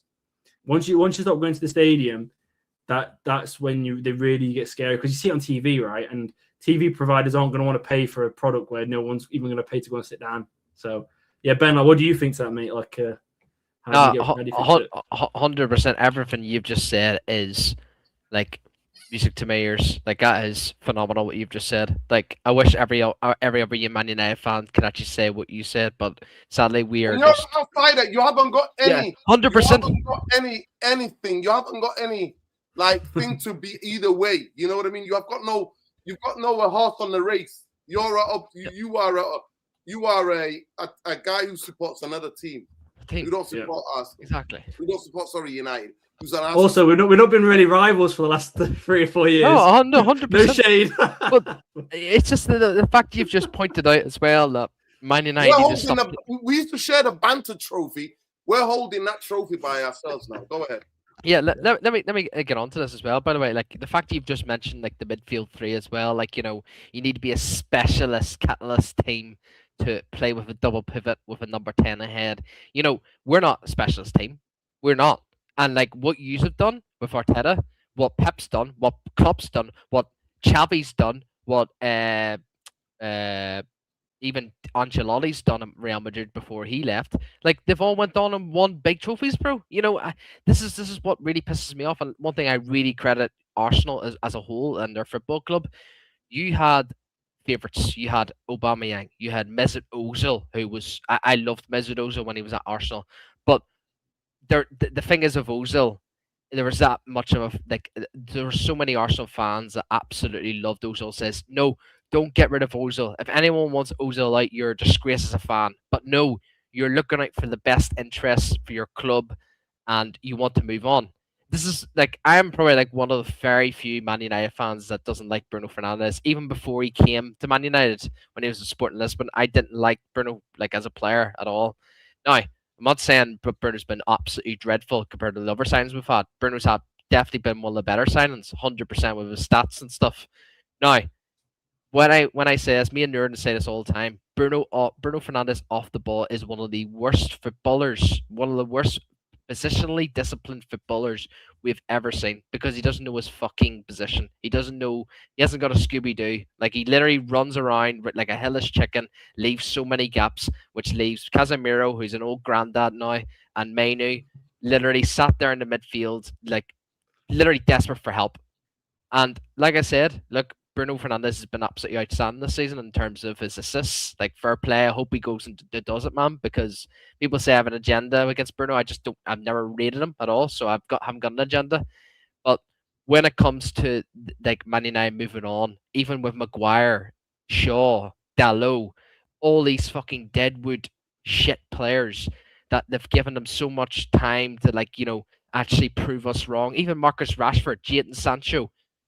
We all need to move on, start fresh, and just take it from there, man. Like I said, if Man United go out and sign Tonali, Anderson, Baleba, and sell Bruno Fernandes, instantly I know, and Mason Mount as well, because I'm not going to be forgetting about Mason Mount, because Mason Mount is a number 10, similar position to Bruno. If we just get rid of that, we're moving on, and what do you call it? We just play this fucking flat free midfield. I promise you.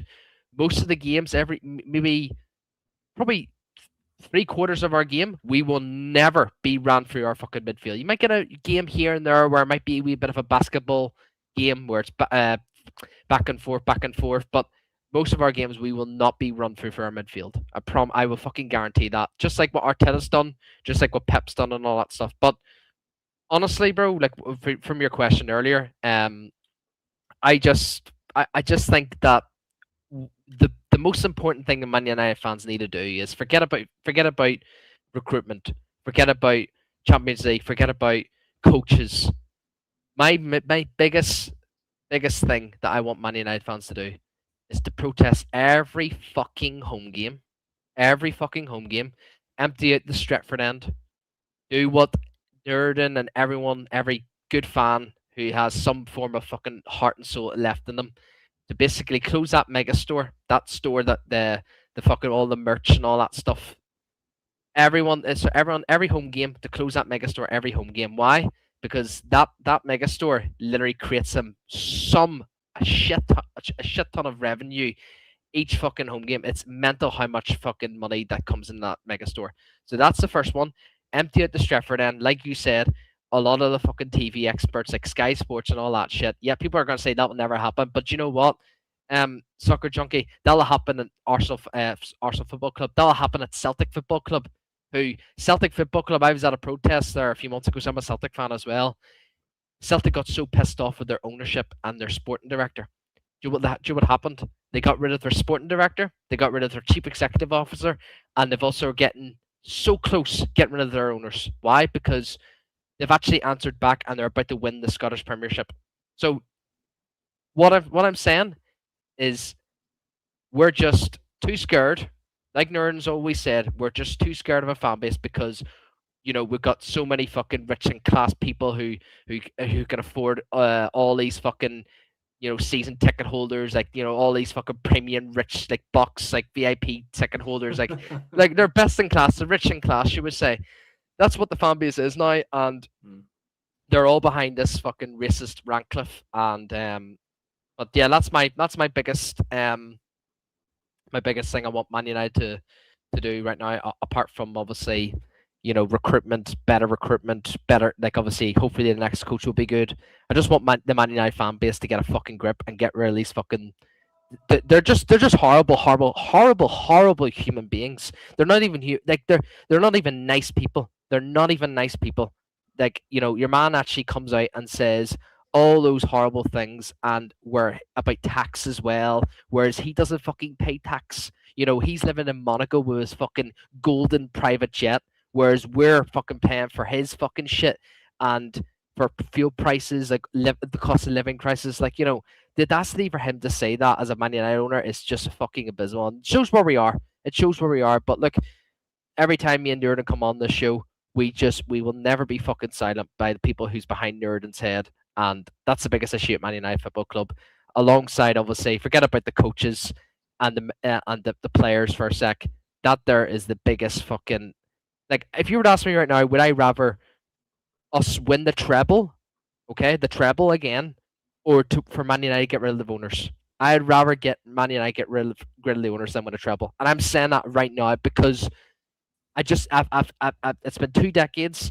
I was speaking to Jarvis, who's also he's on Nerd and Show a lot. Big up to Jarvis. I was sent to Jarvis and Lowani. I met George Best's son last week. Because he was out with his niece, and I know George Best's niece really well because she plays in the football league. And I asked George Best's son, I said, "What do you think of Man United?" And as soon as I asked him, "What do you think of Ineos and Glazers?" his first reaction was he just burst out laughing.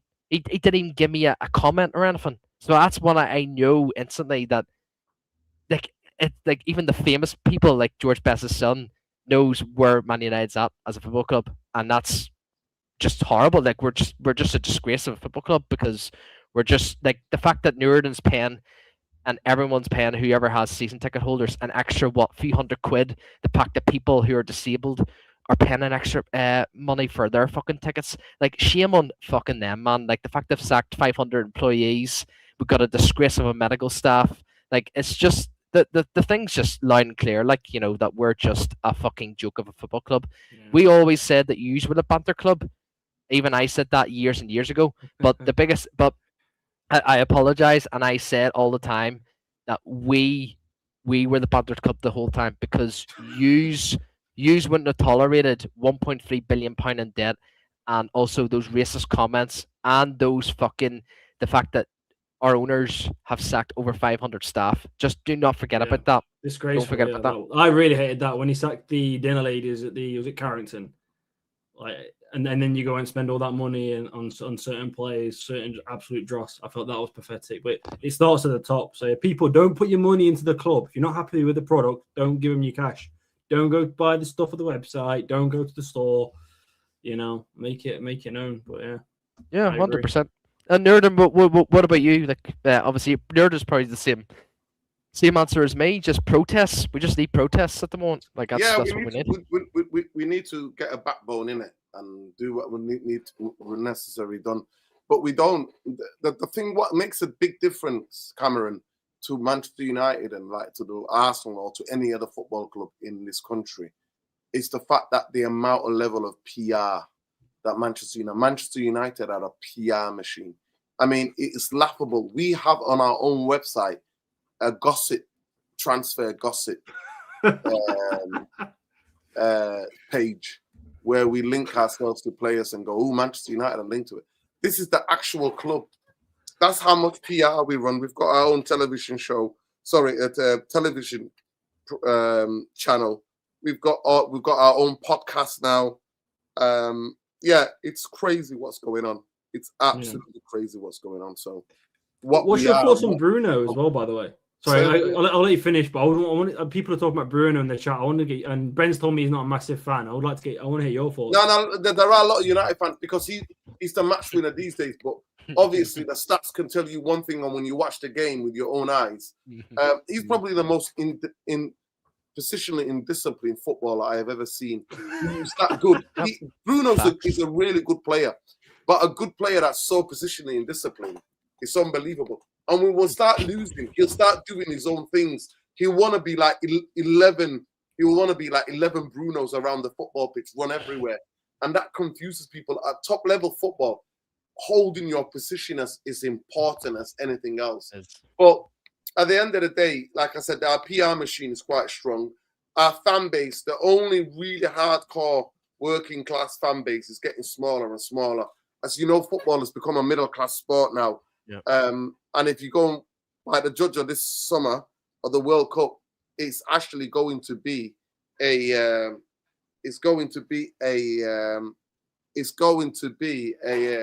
upper middle class sport by the prices of the tickets that what we're witnessing.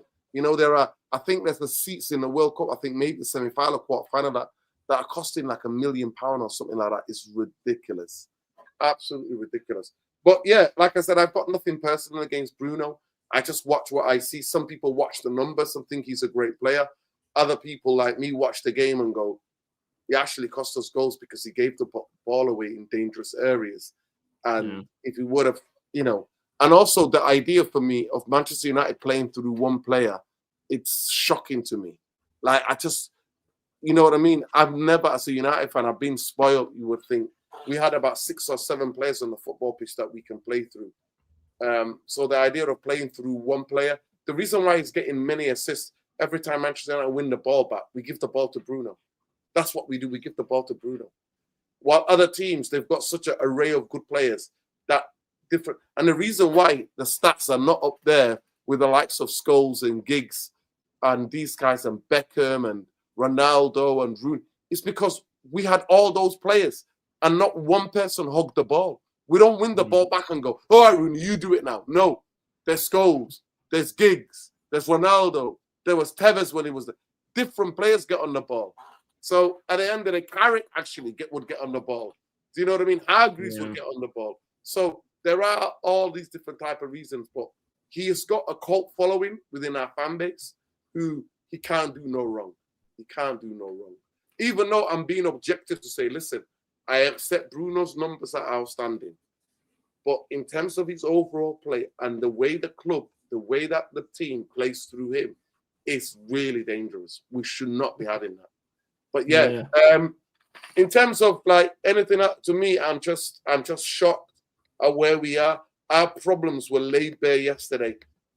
Sunderland, they're a promoted club. They've got 40-something 3 points. They don't really score many goals. And they had the better chances. They played us off the park.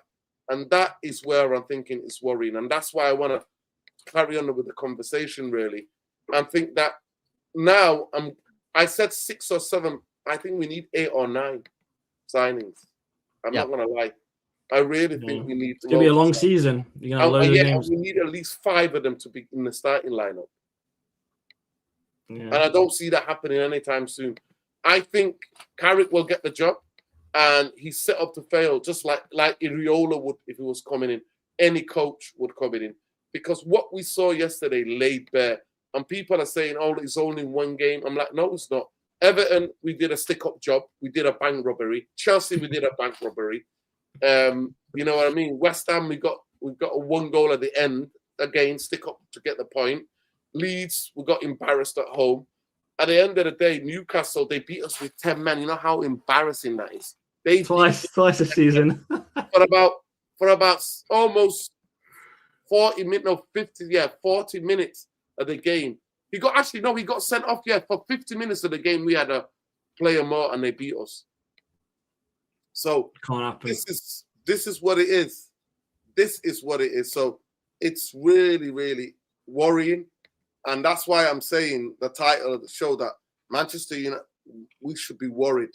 And I'm ringing the alarm. And majority of the fan base and our fan base think, oh, it's only till it's next year. No, it's 4 months away.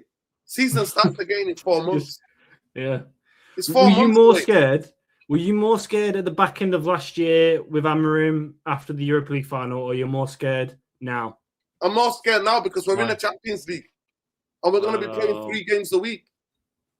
Yeah. Yeah. I can see that. Yeah. It's crazy. It's absolutely from the outside, it just, honestly, when you look at all the jobs across Europe, even the Chelsea jobs to some degree, I think they're very comparable situations with the ownership. But it's the most unappealing job in football because you like Ben's outlaid, you're working under such a egotistical, crazy sycophant Ratcliffe, under 2 idiots in Wilcox and Barada. I remember seeing, I think it was at some train station with Amorim where they were laughing together when you guys couldn't win a game. And I remember thinking, this is like, right. If I saw Arteta laughing with Kroenke when in the banter era and we were getting slapped around, I'd have lost my mind. For optics, it was awful. It's the worst job in football. I just don't know who's going to take it and fix it. I think, like you said, Carrick, he's like the perfect straw man. You know, get him in. Maybe some players get increase in value. Manu gets more comfortable, but there's no way it ends well. I just can't see how this team that you've got now competes on all 3 fronts. I think something has to give. I don't see how it can happen. No, 100%. Like the United job is becoming a curse now. It is becoming a curse. Like I said, I think the only way we're ever going to get back is when these, excuse my language, when these bastards get the fuck out of our football club. And sadly, that's not going to happen. Like, you know, we got a Glazer family who are in their 60s now. They're age 60, and then Ratcliffe's in his 80s now. So look, all I count down is just, the days, every day where everyone's dying at the end of the day. You know, when we wake up, we're going to bed, we're dying at the end of the day. Honestly, these lot are just, like, I've been a Man United fan for fucking over 2 decades now. And ever since, obviously, those famous words from Sir Alex when he obviously sadly left the club, obviously, after obviously managing for so many years. I knew instantly this is going to hit us. And people were saying, look, we've still got a good squad. I said, no. Now that Nick, what do you call him? Is it Nicky Butt, Nurden? Nicky Butt, isn't it? Sir Alex was it Nicky Butt, wasn't it? Sir Alex back. Who was the sporting director for Sir Alex? He was making the decisions as well. What do you call him again? David Gill. Is it David Gill? David Gill. David Gill. Yeah. David Gill. David Gill. That's the one. As soon as David Gill left, I knew instantly that Man United were going to be in trouble because we got a clown in Ed Woodward who was going to make so many fucking disgraceful decisions, and hence why we're in this step right now.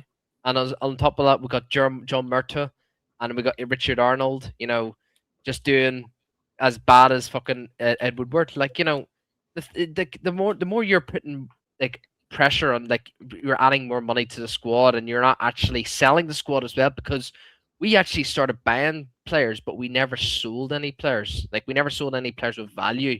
It was only realistically until Elanga and like that season when we started actually producing a wee bit of money coming into our hands. You know, when obviously I think it was Ollie that was in charge at that time. But look, it's caught them in the neck, obviously, because now we're 1.3 billion pound in debt. And look, people can say whatever they want about 1.3 billion pounds in debt. 1.3 billion is a lot of money. It is a lot of money in our hands. It's way too much money. But seeing these billionaires' pockets, it's not a lot of money in their fucking pockets. And if I'm Sir Jim Ratcliffe or Glazers and I have like fucking 20 or 30 fucking private jets, I have a mansion that is fucking as big as the Buckingham Palace, then I'm literally saying to them, look, lads, let's sort all these issues out and fucking drop 1.3 billion pound of debt and just pay the whole debt off. That's what an owner would do. But realistically, these lads just care about their fucking money. They care about taking dividends out of this fucking football club, and that's all they care about. And look, we're in serious shit. We're in serious trouble. Even if Michael Carrick is going to stay next season, with his football club, I still feel sorry if Michael Carrick does fail at this football club, because same under Amorim, same under Ten Hag, it's not his fault, because he didn't want to come here, but he wasn't like what I blame more the process of the interviews, in terms of like Wilcox and Barada should have thought, look, we don't want to add too much pressure onto you because we're not going to back you as much. And I don't think he is going to get backed. I'm being serious. Like Nerd has just said, 8 or 9 signings. I agree. We need 2 fullbacks. We need an experienced striker. We need a centre back. We need 3 midfielders. We need a left wing. And then we need arguably, an experienced enough like goalkeeper to help Le Mans and like, to cover him as well for like the FA Cup. Yeah, 100%. But that's it. But fans are now, but according to fans, apparently the fan base are saying all we need is 5 signings, and then Man United can compete for the title. And I'm like, sorry, what? Do you just say the Premier League title? Compete? No. We're far from competing. Get me top 4 next season, and then we can then start talking about that shit. That's one thing that we both share, actually. Both our clubs share, is we're awful at reselling. At Arsenal, been the same for years. We can't sell anybody on for anything. I don't know what it's been with us. Even like with Zinchenko and that Jakub Kiwior. Kiwior was a great signing. We got him in. He looked immense when he filled in. Great centre half, young Polish kid. We put him on a loan to buy obligation I think it was just a loan actually with Porto, and they're buying for 44 million. But his release clause with them is going to be 100 million. We've like missed out on a chunk of money. Somebody put that selling Højbjerg for 44 million is good for PSR, but PSR's I think it's pure profit, right? Which is why, so I don't think that's correct. But yeah, I think your biggest problem, like you just outlined, I think I back 100%. I think you need an overhaul, but I don't know how you move some of these players on. Like, who wants to leave? Like, Shaw's got the cushy job.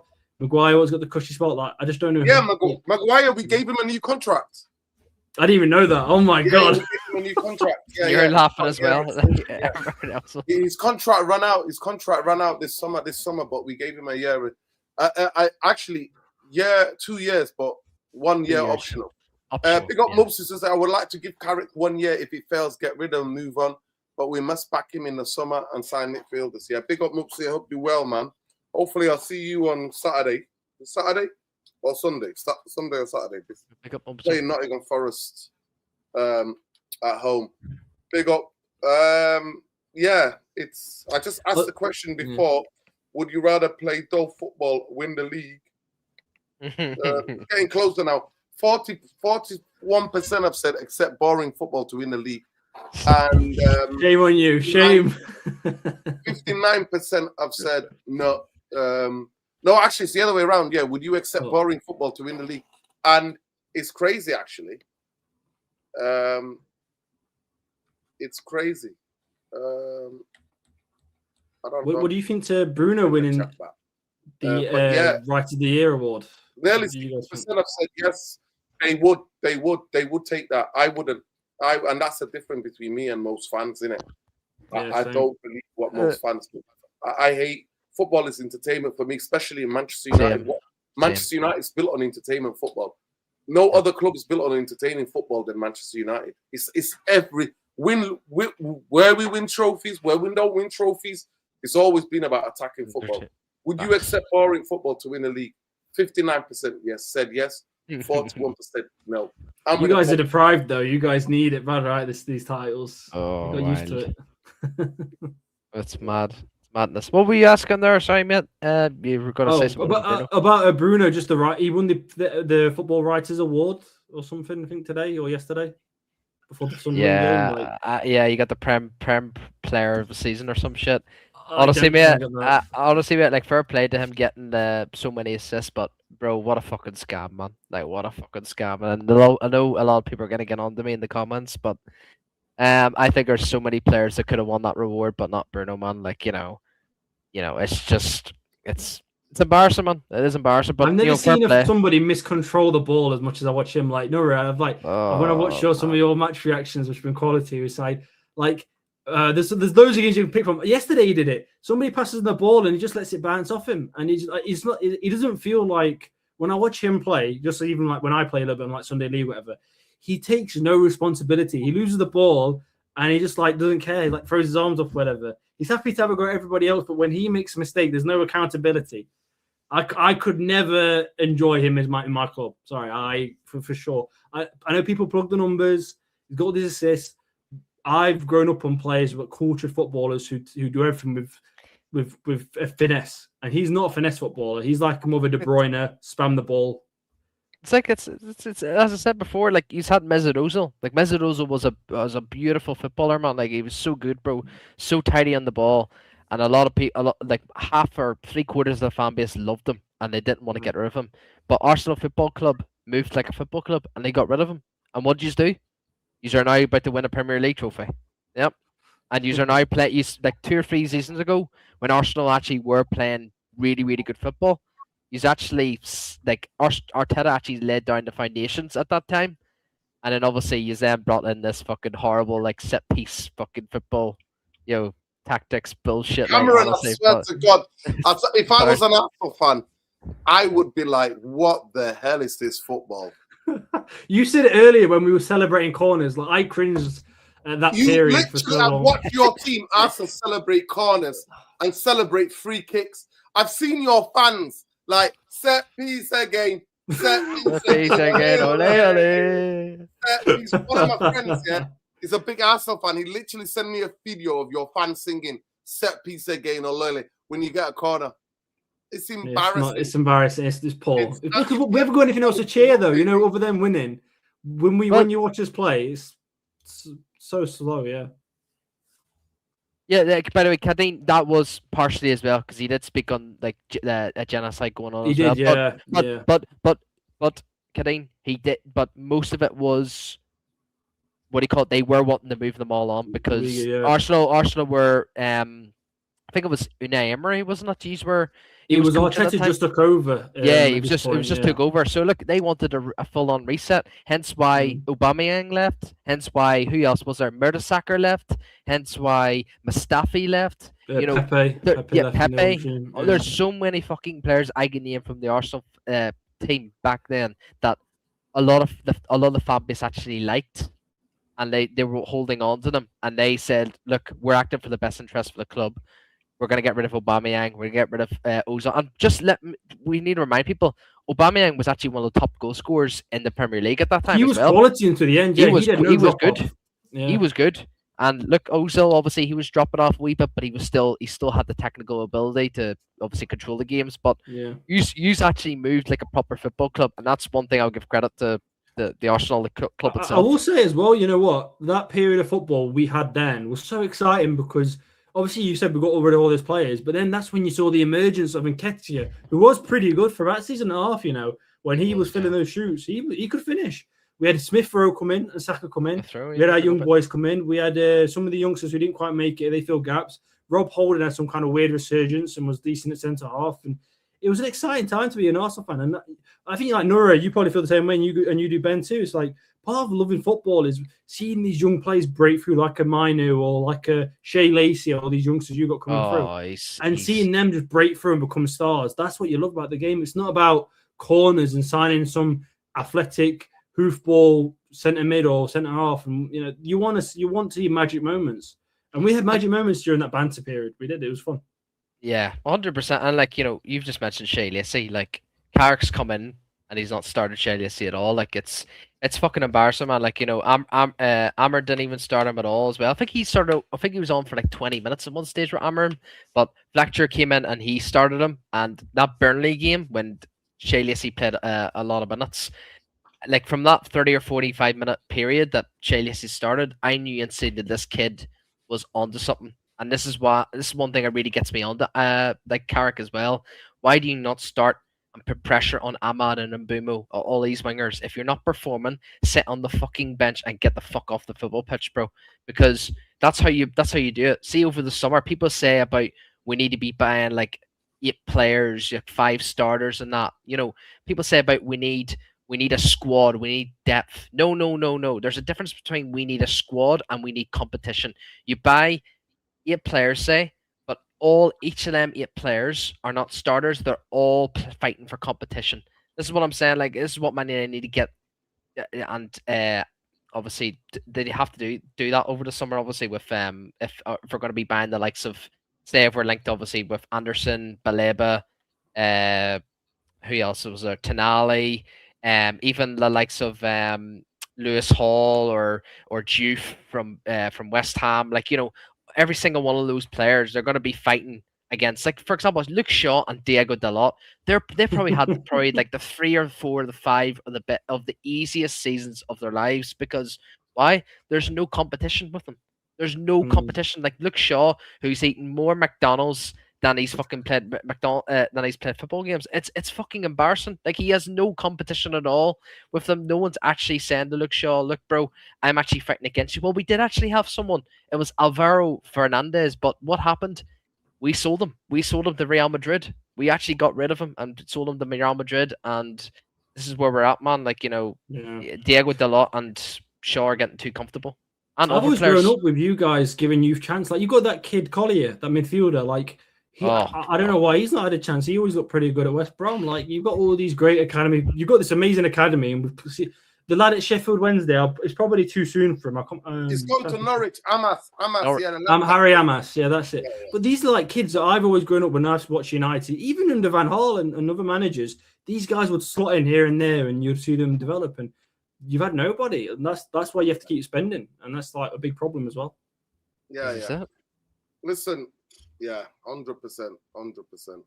Listen, people, I'm quite tired. I've got to get up early tomorrow. Yeah, big up, man. Big up. Cameron, big up to you for coming on.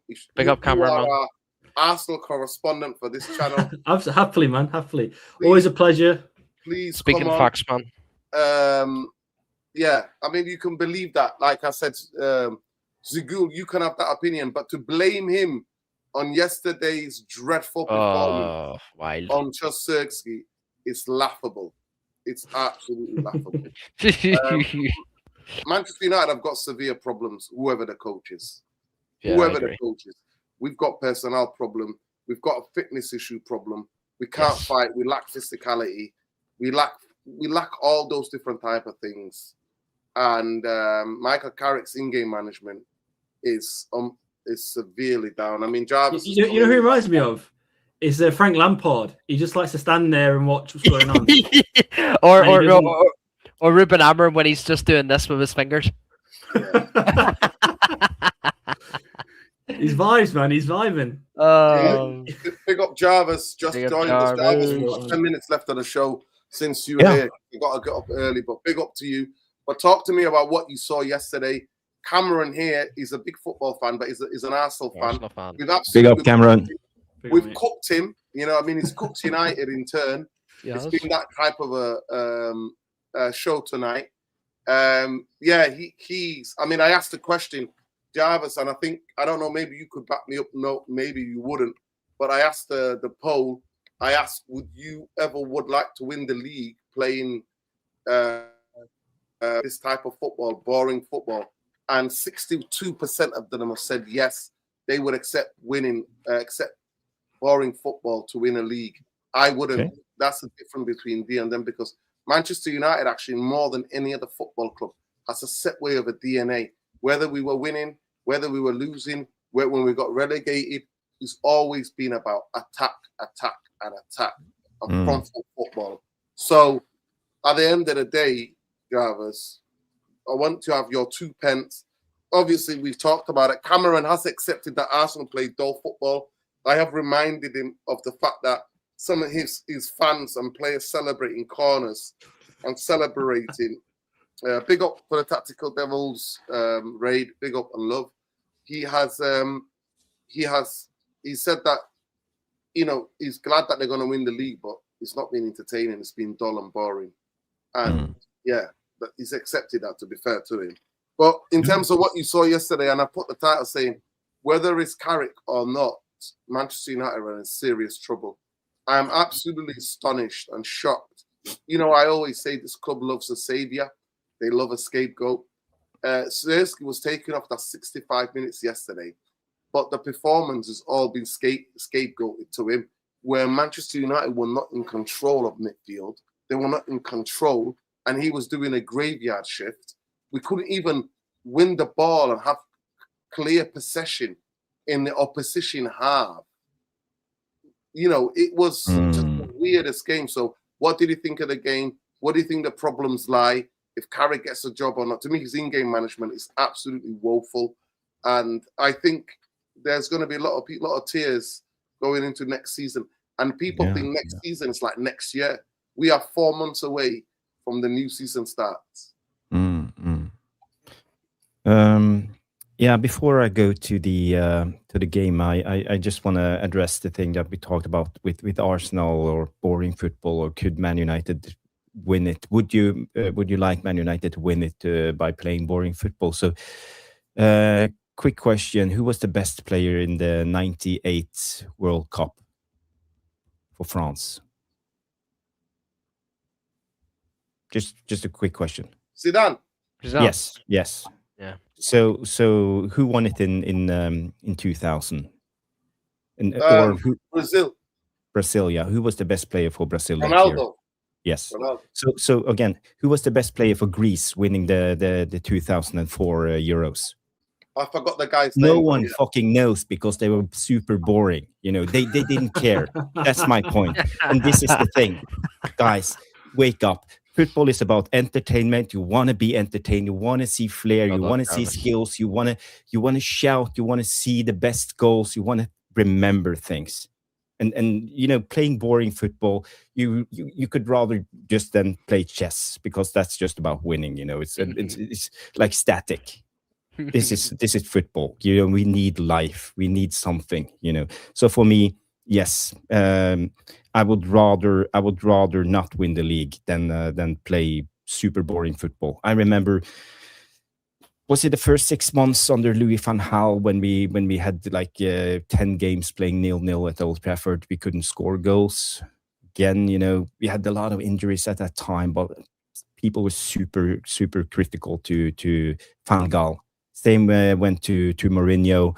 Boring football, park the bus tactics. It's not the Man United way. We want to see attacking, free-flowing football. So I agree with you. I'm a purist like you, Noradin. I love the game of football because I want to see entertainment. On the game yesterday, you know, that was the anti-climax. You know, 0 shots on target up until the 92nd minute. No urgency. Players weren't bothered. We have a lot of passengers on that pitch doing nothing. It was Steve Holland ball from the get-go. It's all about balance. We don't send the people into attack. We try to control every little inch on that pitch, and we are super afraid of making mistakes. And this is not how I want to see Man United. I want to see us go into attack. You know, we can't play 92 minutes without having one single shot on target.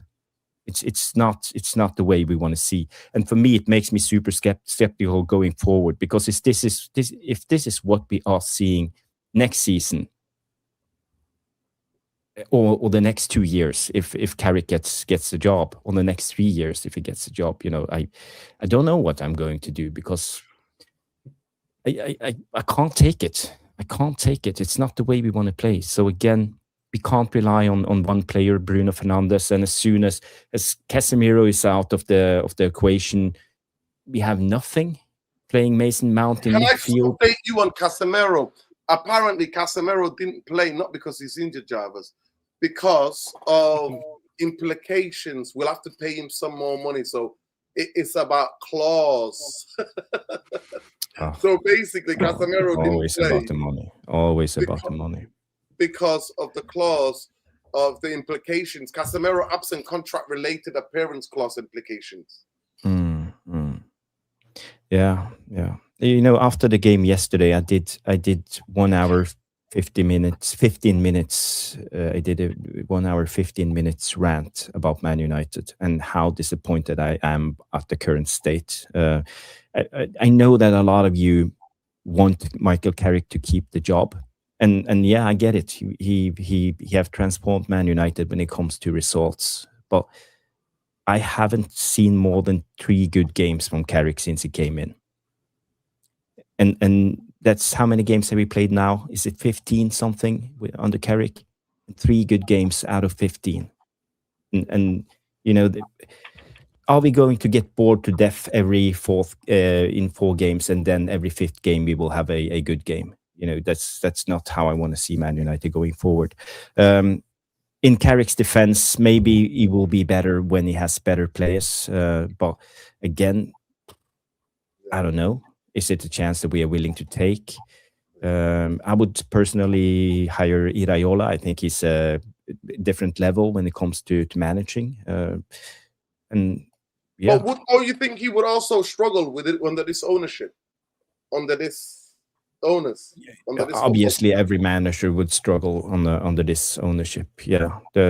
That's the biggest error of Man United, the Glazers and Ineos, and especially Woodward. He's so inept in everything he's doing. Wilcox.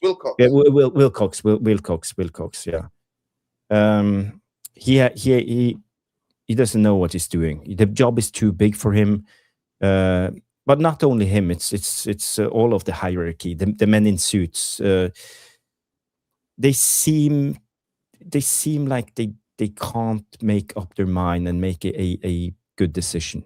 They are afraid to make the wrong decision. So, you know, they did it when it came to Ten Hag. They did the same when it came to Amorim.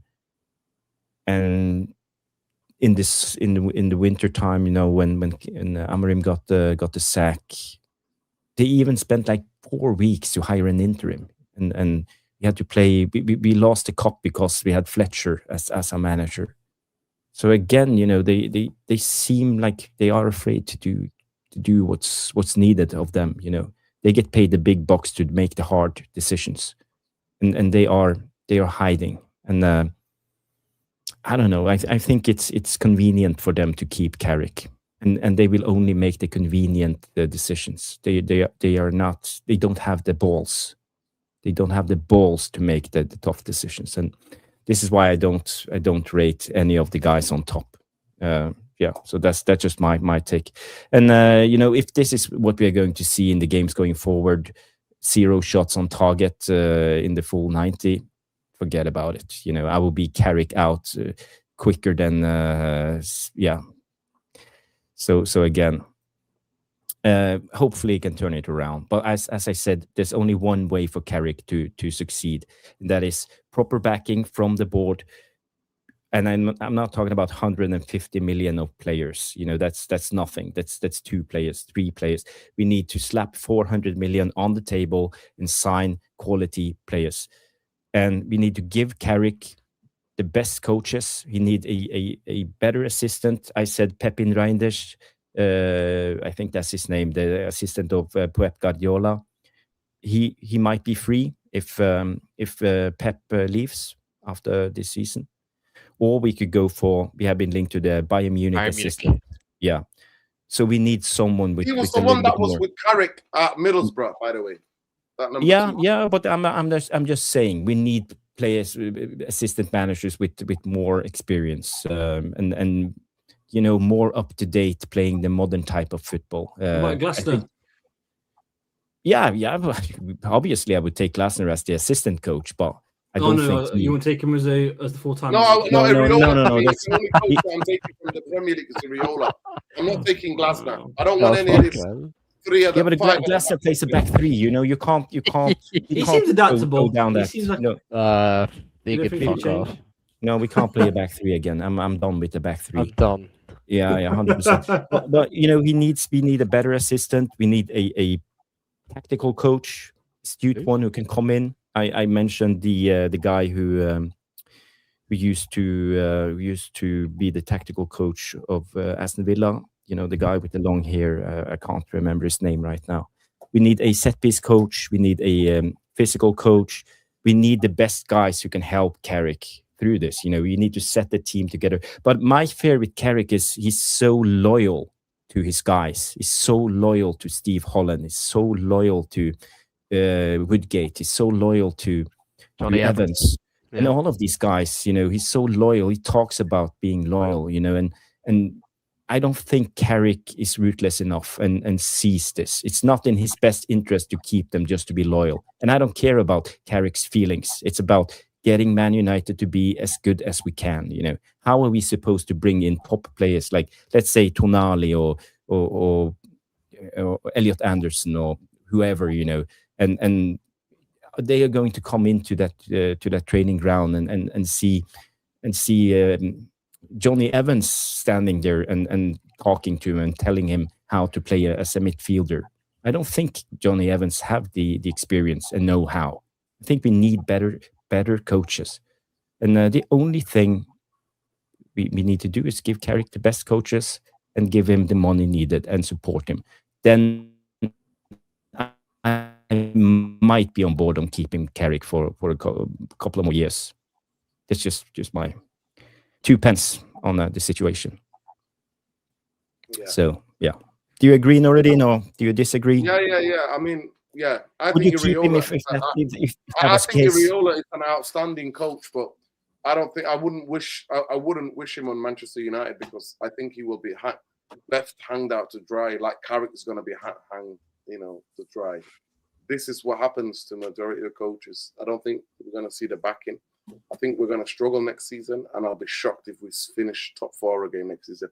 And I said 6 to 7 players in this summer for us to sustain top 4 next season, not to challenge for no league. And United fans think if we get, some of them are absolutely drinking some sort of Kool-Aid that's got a lot of stuff in it that gets them high, because the way they think that Manchester United can challenge for a league title is beyond me. It's absolutely beyond me. It's just been so poor this year, though. Like, anybody could have won it this year if they were good. Yeah. I mean, but we're not good at all. Could be. No, Cameron. We've got incredible deficiencies in the squad. Severe deficiencies in our squad. Yeah. It's clear for everybody to see, and that's not going to be solved anytime soon. Because the only thing that Glazers and Ineos are interested in is making Manchester United profitable for themselves, not about going back to where we belong. And as long as the ownership is there, we're not going to get it. But that's what I always say. I always go back to this, Travis. As somebody who goes to most home games, I just want to see Manchester United play good football. And I'm still waiting after 13 and a half years later. I'm still waiting. I've not had any consistency of good football at Old Trafford. No. I've not had that. And people are telling me about Glasner. Glasner is a counter-attack merchant who sucks teams in and then plays on the counter. He's not a front foot. The closest guy close to the DNA of Manchester United is who? Iriola. Front foot, risk football. Mm. But they keep telling me about Glasner. Glasner wins trophies. He might win the Conference League. It's an amazing achievement, really. With what he's had available. He's had no players available. He lost his captain in January. I'll definitely like him. I think the Man United was too big for him, but he's a great manager. I think you're starting to become a delusional Arsenal fan. I'm going I'm reading the chat. If he was an Arsenal coach, you would lose your shit, mate. No way. To be fair, no one anywhere near the Emirates. It'll be a bit more entertaining than Arteta. You know what I mean? Yeah, I saw somebody. Jamie asked a question to me. He goes, "If Arteta, I think something about him. Would I want him sacked even if he wins the Premier UCL?" To be fair though, Arteta spent I think around $1 billion on this team. Yeah. So winning the Prem is a bare minimum. I think, especially with the competitiveness of how it's been. Like, if he didn't win a Prem, it's not been good enough. But as an Arsenal fan, Champions League, same kind of vibes. But if he does it this season, and it's an amazing achievement, I'm not going to besmirch it. But also, Arteta has experience of playing good football. I want him to get back to that. If he doesn't perform and we play bad football, I want him out. Simple as that. Second isn't good enough. Third isn't good enough with this football. It's complete dross. It's go 1-0 up and hang on with Gabriel and Saliba. There's not too much method behind it. He's quite pragmatic, but it is just hang on, as you saw today against West Ham. That's not sustainable really on the long term. Yeah. So that's my thoughts on it. There you go. And I think we'll close that like that, man. Big up to Jarvis. Make sure they've just had a show. Make sure, please, you check out Tactical Devils. And make sure you check out Jarvis at Bowley77, BOLE77 on X. Make sure you check out Ben, Elmore39 on X, and Elmore20 on Twitch and on TikTok. He's a gamer if you're into gaming. Cameron, you can check him out on X. Cameron, what's your handle? I don't have any socials to plug. Just keep like this video. Keep watching. Keep tuning in. Nuruddin, content's amazing, bro. Congratulations, Nuruddin, again on the 15K. Well, anyway, the 15K is not just people; it's everybody. Yes. I know. Everybody's contributing to the community. Congrats to everyone, man. Big up to everyone, bro. And love. Yeah, we would be on 30 if it's any justice. Jarvis will be on 10K, 10, 15K by now. And we would be on 30, 40K. But unfortunately, YouTube sees it differently and we're shadow banned. And I think Jarvis is also shadow banned now. I'm not going to lie to you. Maybe because I'm on there. I appear on your channel, Jarvis. But I think, it's crazy what's happening because the tactical breakdown that Jarvis and Stu do on their channel is superb. It's absolutely superb. They break the games down, and that's why you can't just come with just about. But we do this, but we're going to challenge the league. That type of BS talk to people like Jarvis, because they tear you apart. Because our football actually, we've lost the physicality, we've lost the intensity and the aggression that we had under Amorim. Honestly, all of that went away because, like you said, Carrick is another nice guy. Yeah. I mean, it's shocking. It's shocking. What he was doing on the touchline yesterday was shocking. But people tell you, but there was always going to be a drop-off after the boys have qualified for the Champions League. Off. Stop there. It's been staying the same. 3 games this season we played well. City, Arsenal away, and Villa at home. City at home, Villa at home, Arsenal away. Rest of them, and there's about 4 games where we blindly rob them with a stick-up job. So it is what it is, people. But free Palestine, free the Congo, free Sudan, free anywhere where people are oppressed in this world, man. Solidarity and love with the Lebanese people who are getting slaughtered and murdered while the world watches. The state that's not real is doing what he's doing. And because they've bribed everybody with the PDF files, that's why nobody's doing nothing about it. The level of racism and dehumanization of people of West Asia and parts of Africa, it's shocking, and parts of the Caribbean, it's absolutely shocking. Solidarity with all the indigenous people, whether they're in Greenland, whether they're in Norway, whether in other Scandinavian countries, whether in the Americas, wherever they are, solidarity and love to them, whether they're in Gaza. So solidarity and love with those people. F the war machine, F the colonizers and the imperialists, man. F them all. F the tech billionaires as well. See what they're doing to the world, man. Divide and rule. Don't fall for the divide and rule tactics. Love is the answer. Love is always the answer. Big up to everybody who's contributed to this channel. Every single one of you. Every like. Every person who shared the video, who shared the clip. Everybody who commented. The community. Big up and love. We're a community, and that's why we do it. We don't always agree, but it's the way it is. We have a conversation. And I never want just to do shows with people who totally agree with my point of view of football. Well, I asked the question at the beginning of the channel, at the beginning of the stream tonight, would you accept boring football to win a league? 60% of you have said yes, 40% of you have said no. Big up to the 40% football purists out there. 60% of you are shameless. Absolutely. And if you're United fans, you need to educate yourself on your own football club, because the football club of Manchester United was built on the principles of risk football, of attacking play, of goals. Because the people who set up this football club, the workers of the Newton Heath Railway workers, set it up to see entertainment. People then carried it on when it later on became Manchester United. Whether we were good, we didn't win leagues, where we were a cup team, whether we got relegated from football. We're the only club in England who got relegated, who had more fans turn up to watch us than when we were in the first division. That tells you everything you need to know. So love and like, people, educate yourself on Manchester United. It's front foot risk football. That's why many people around the world have fallen in love with Manchester United, because we attack. Like the Stretford End says, attack. That's what Manchester United is. That we're the only club who has a chant about attacking football. What does that tell you?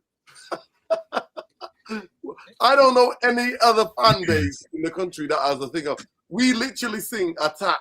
That's what we sing at Old Trafford. So it is what it is. Like I said, please make sure you check out Tactical Devils breakdown of yesterday's horrendous performance away to Sunderland. That was worrying. A big up to Cameron, the Arsenal correspondent. He's also a decent. He's not one of the deluded Arsenal fans. He's one of the reasonable Arsenal fans who actually sees it.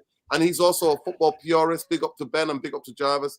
Big up to everyone. Big up, man. And yeah, freedom for all the oppressed, liberation for all the people who are oppressed everywhere in the world. F the Glazers, F Ineos. And if you want to be down with them, then you know where to go. Peace, love, light, take care. Good night. See you later, everybody. Good night.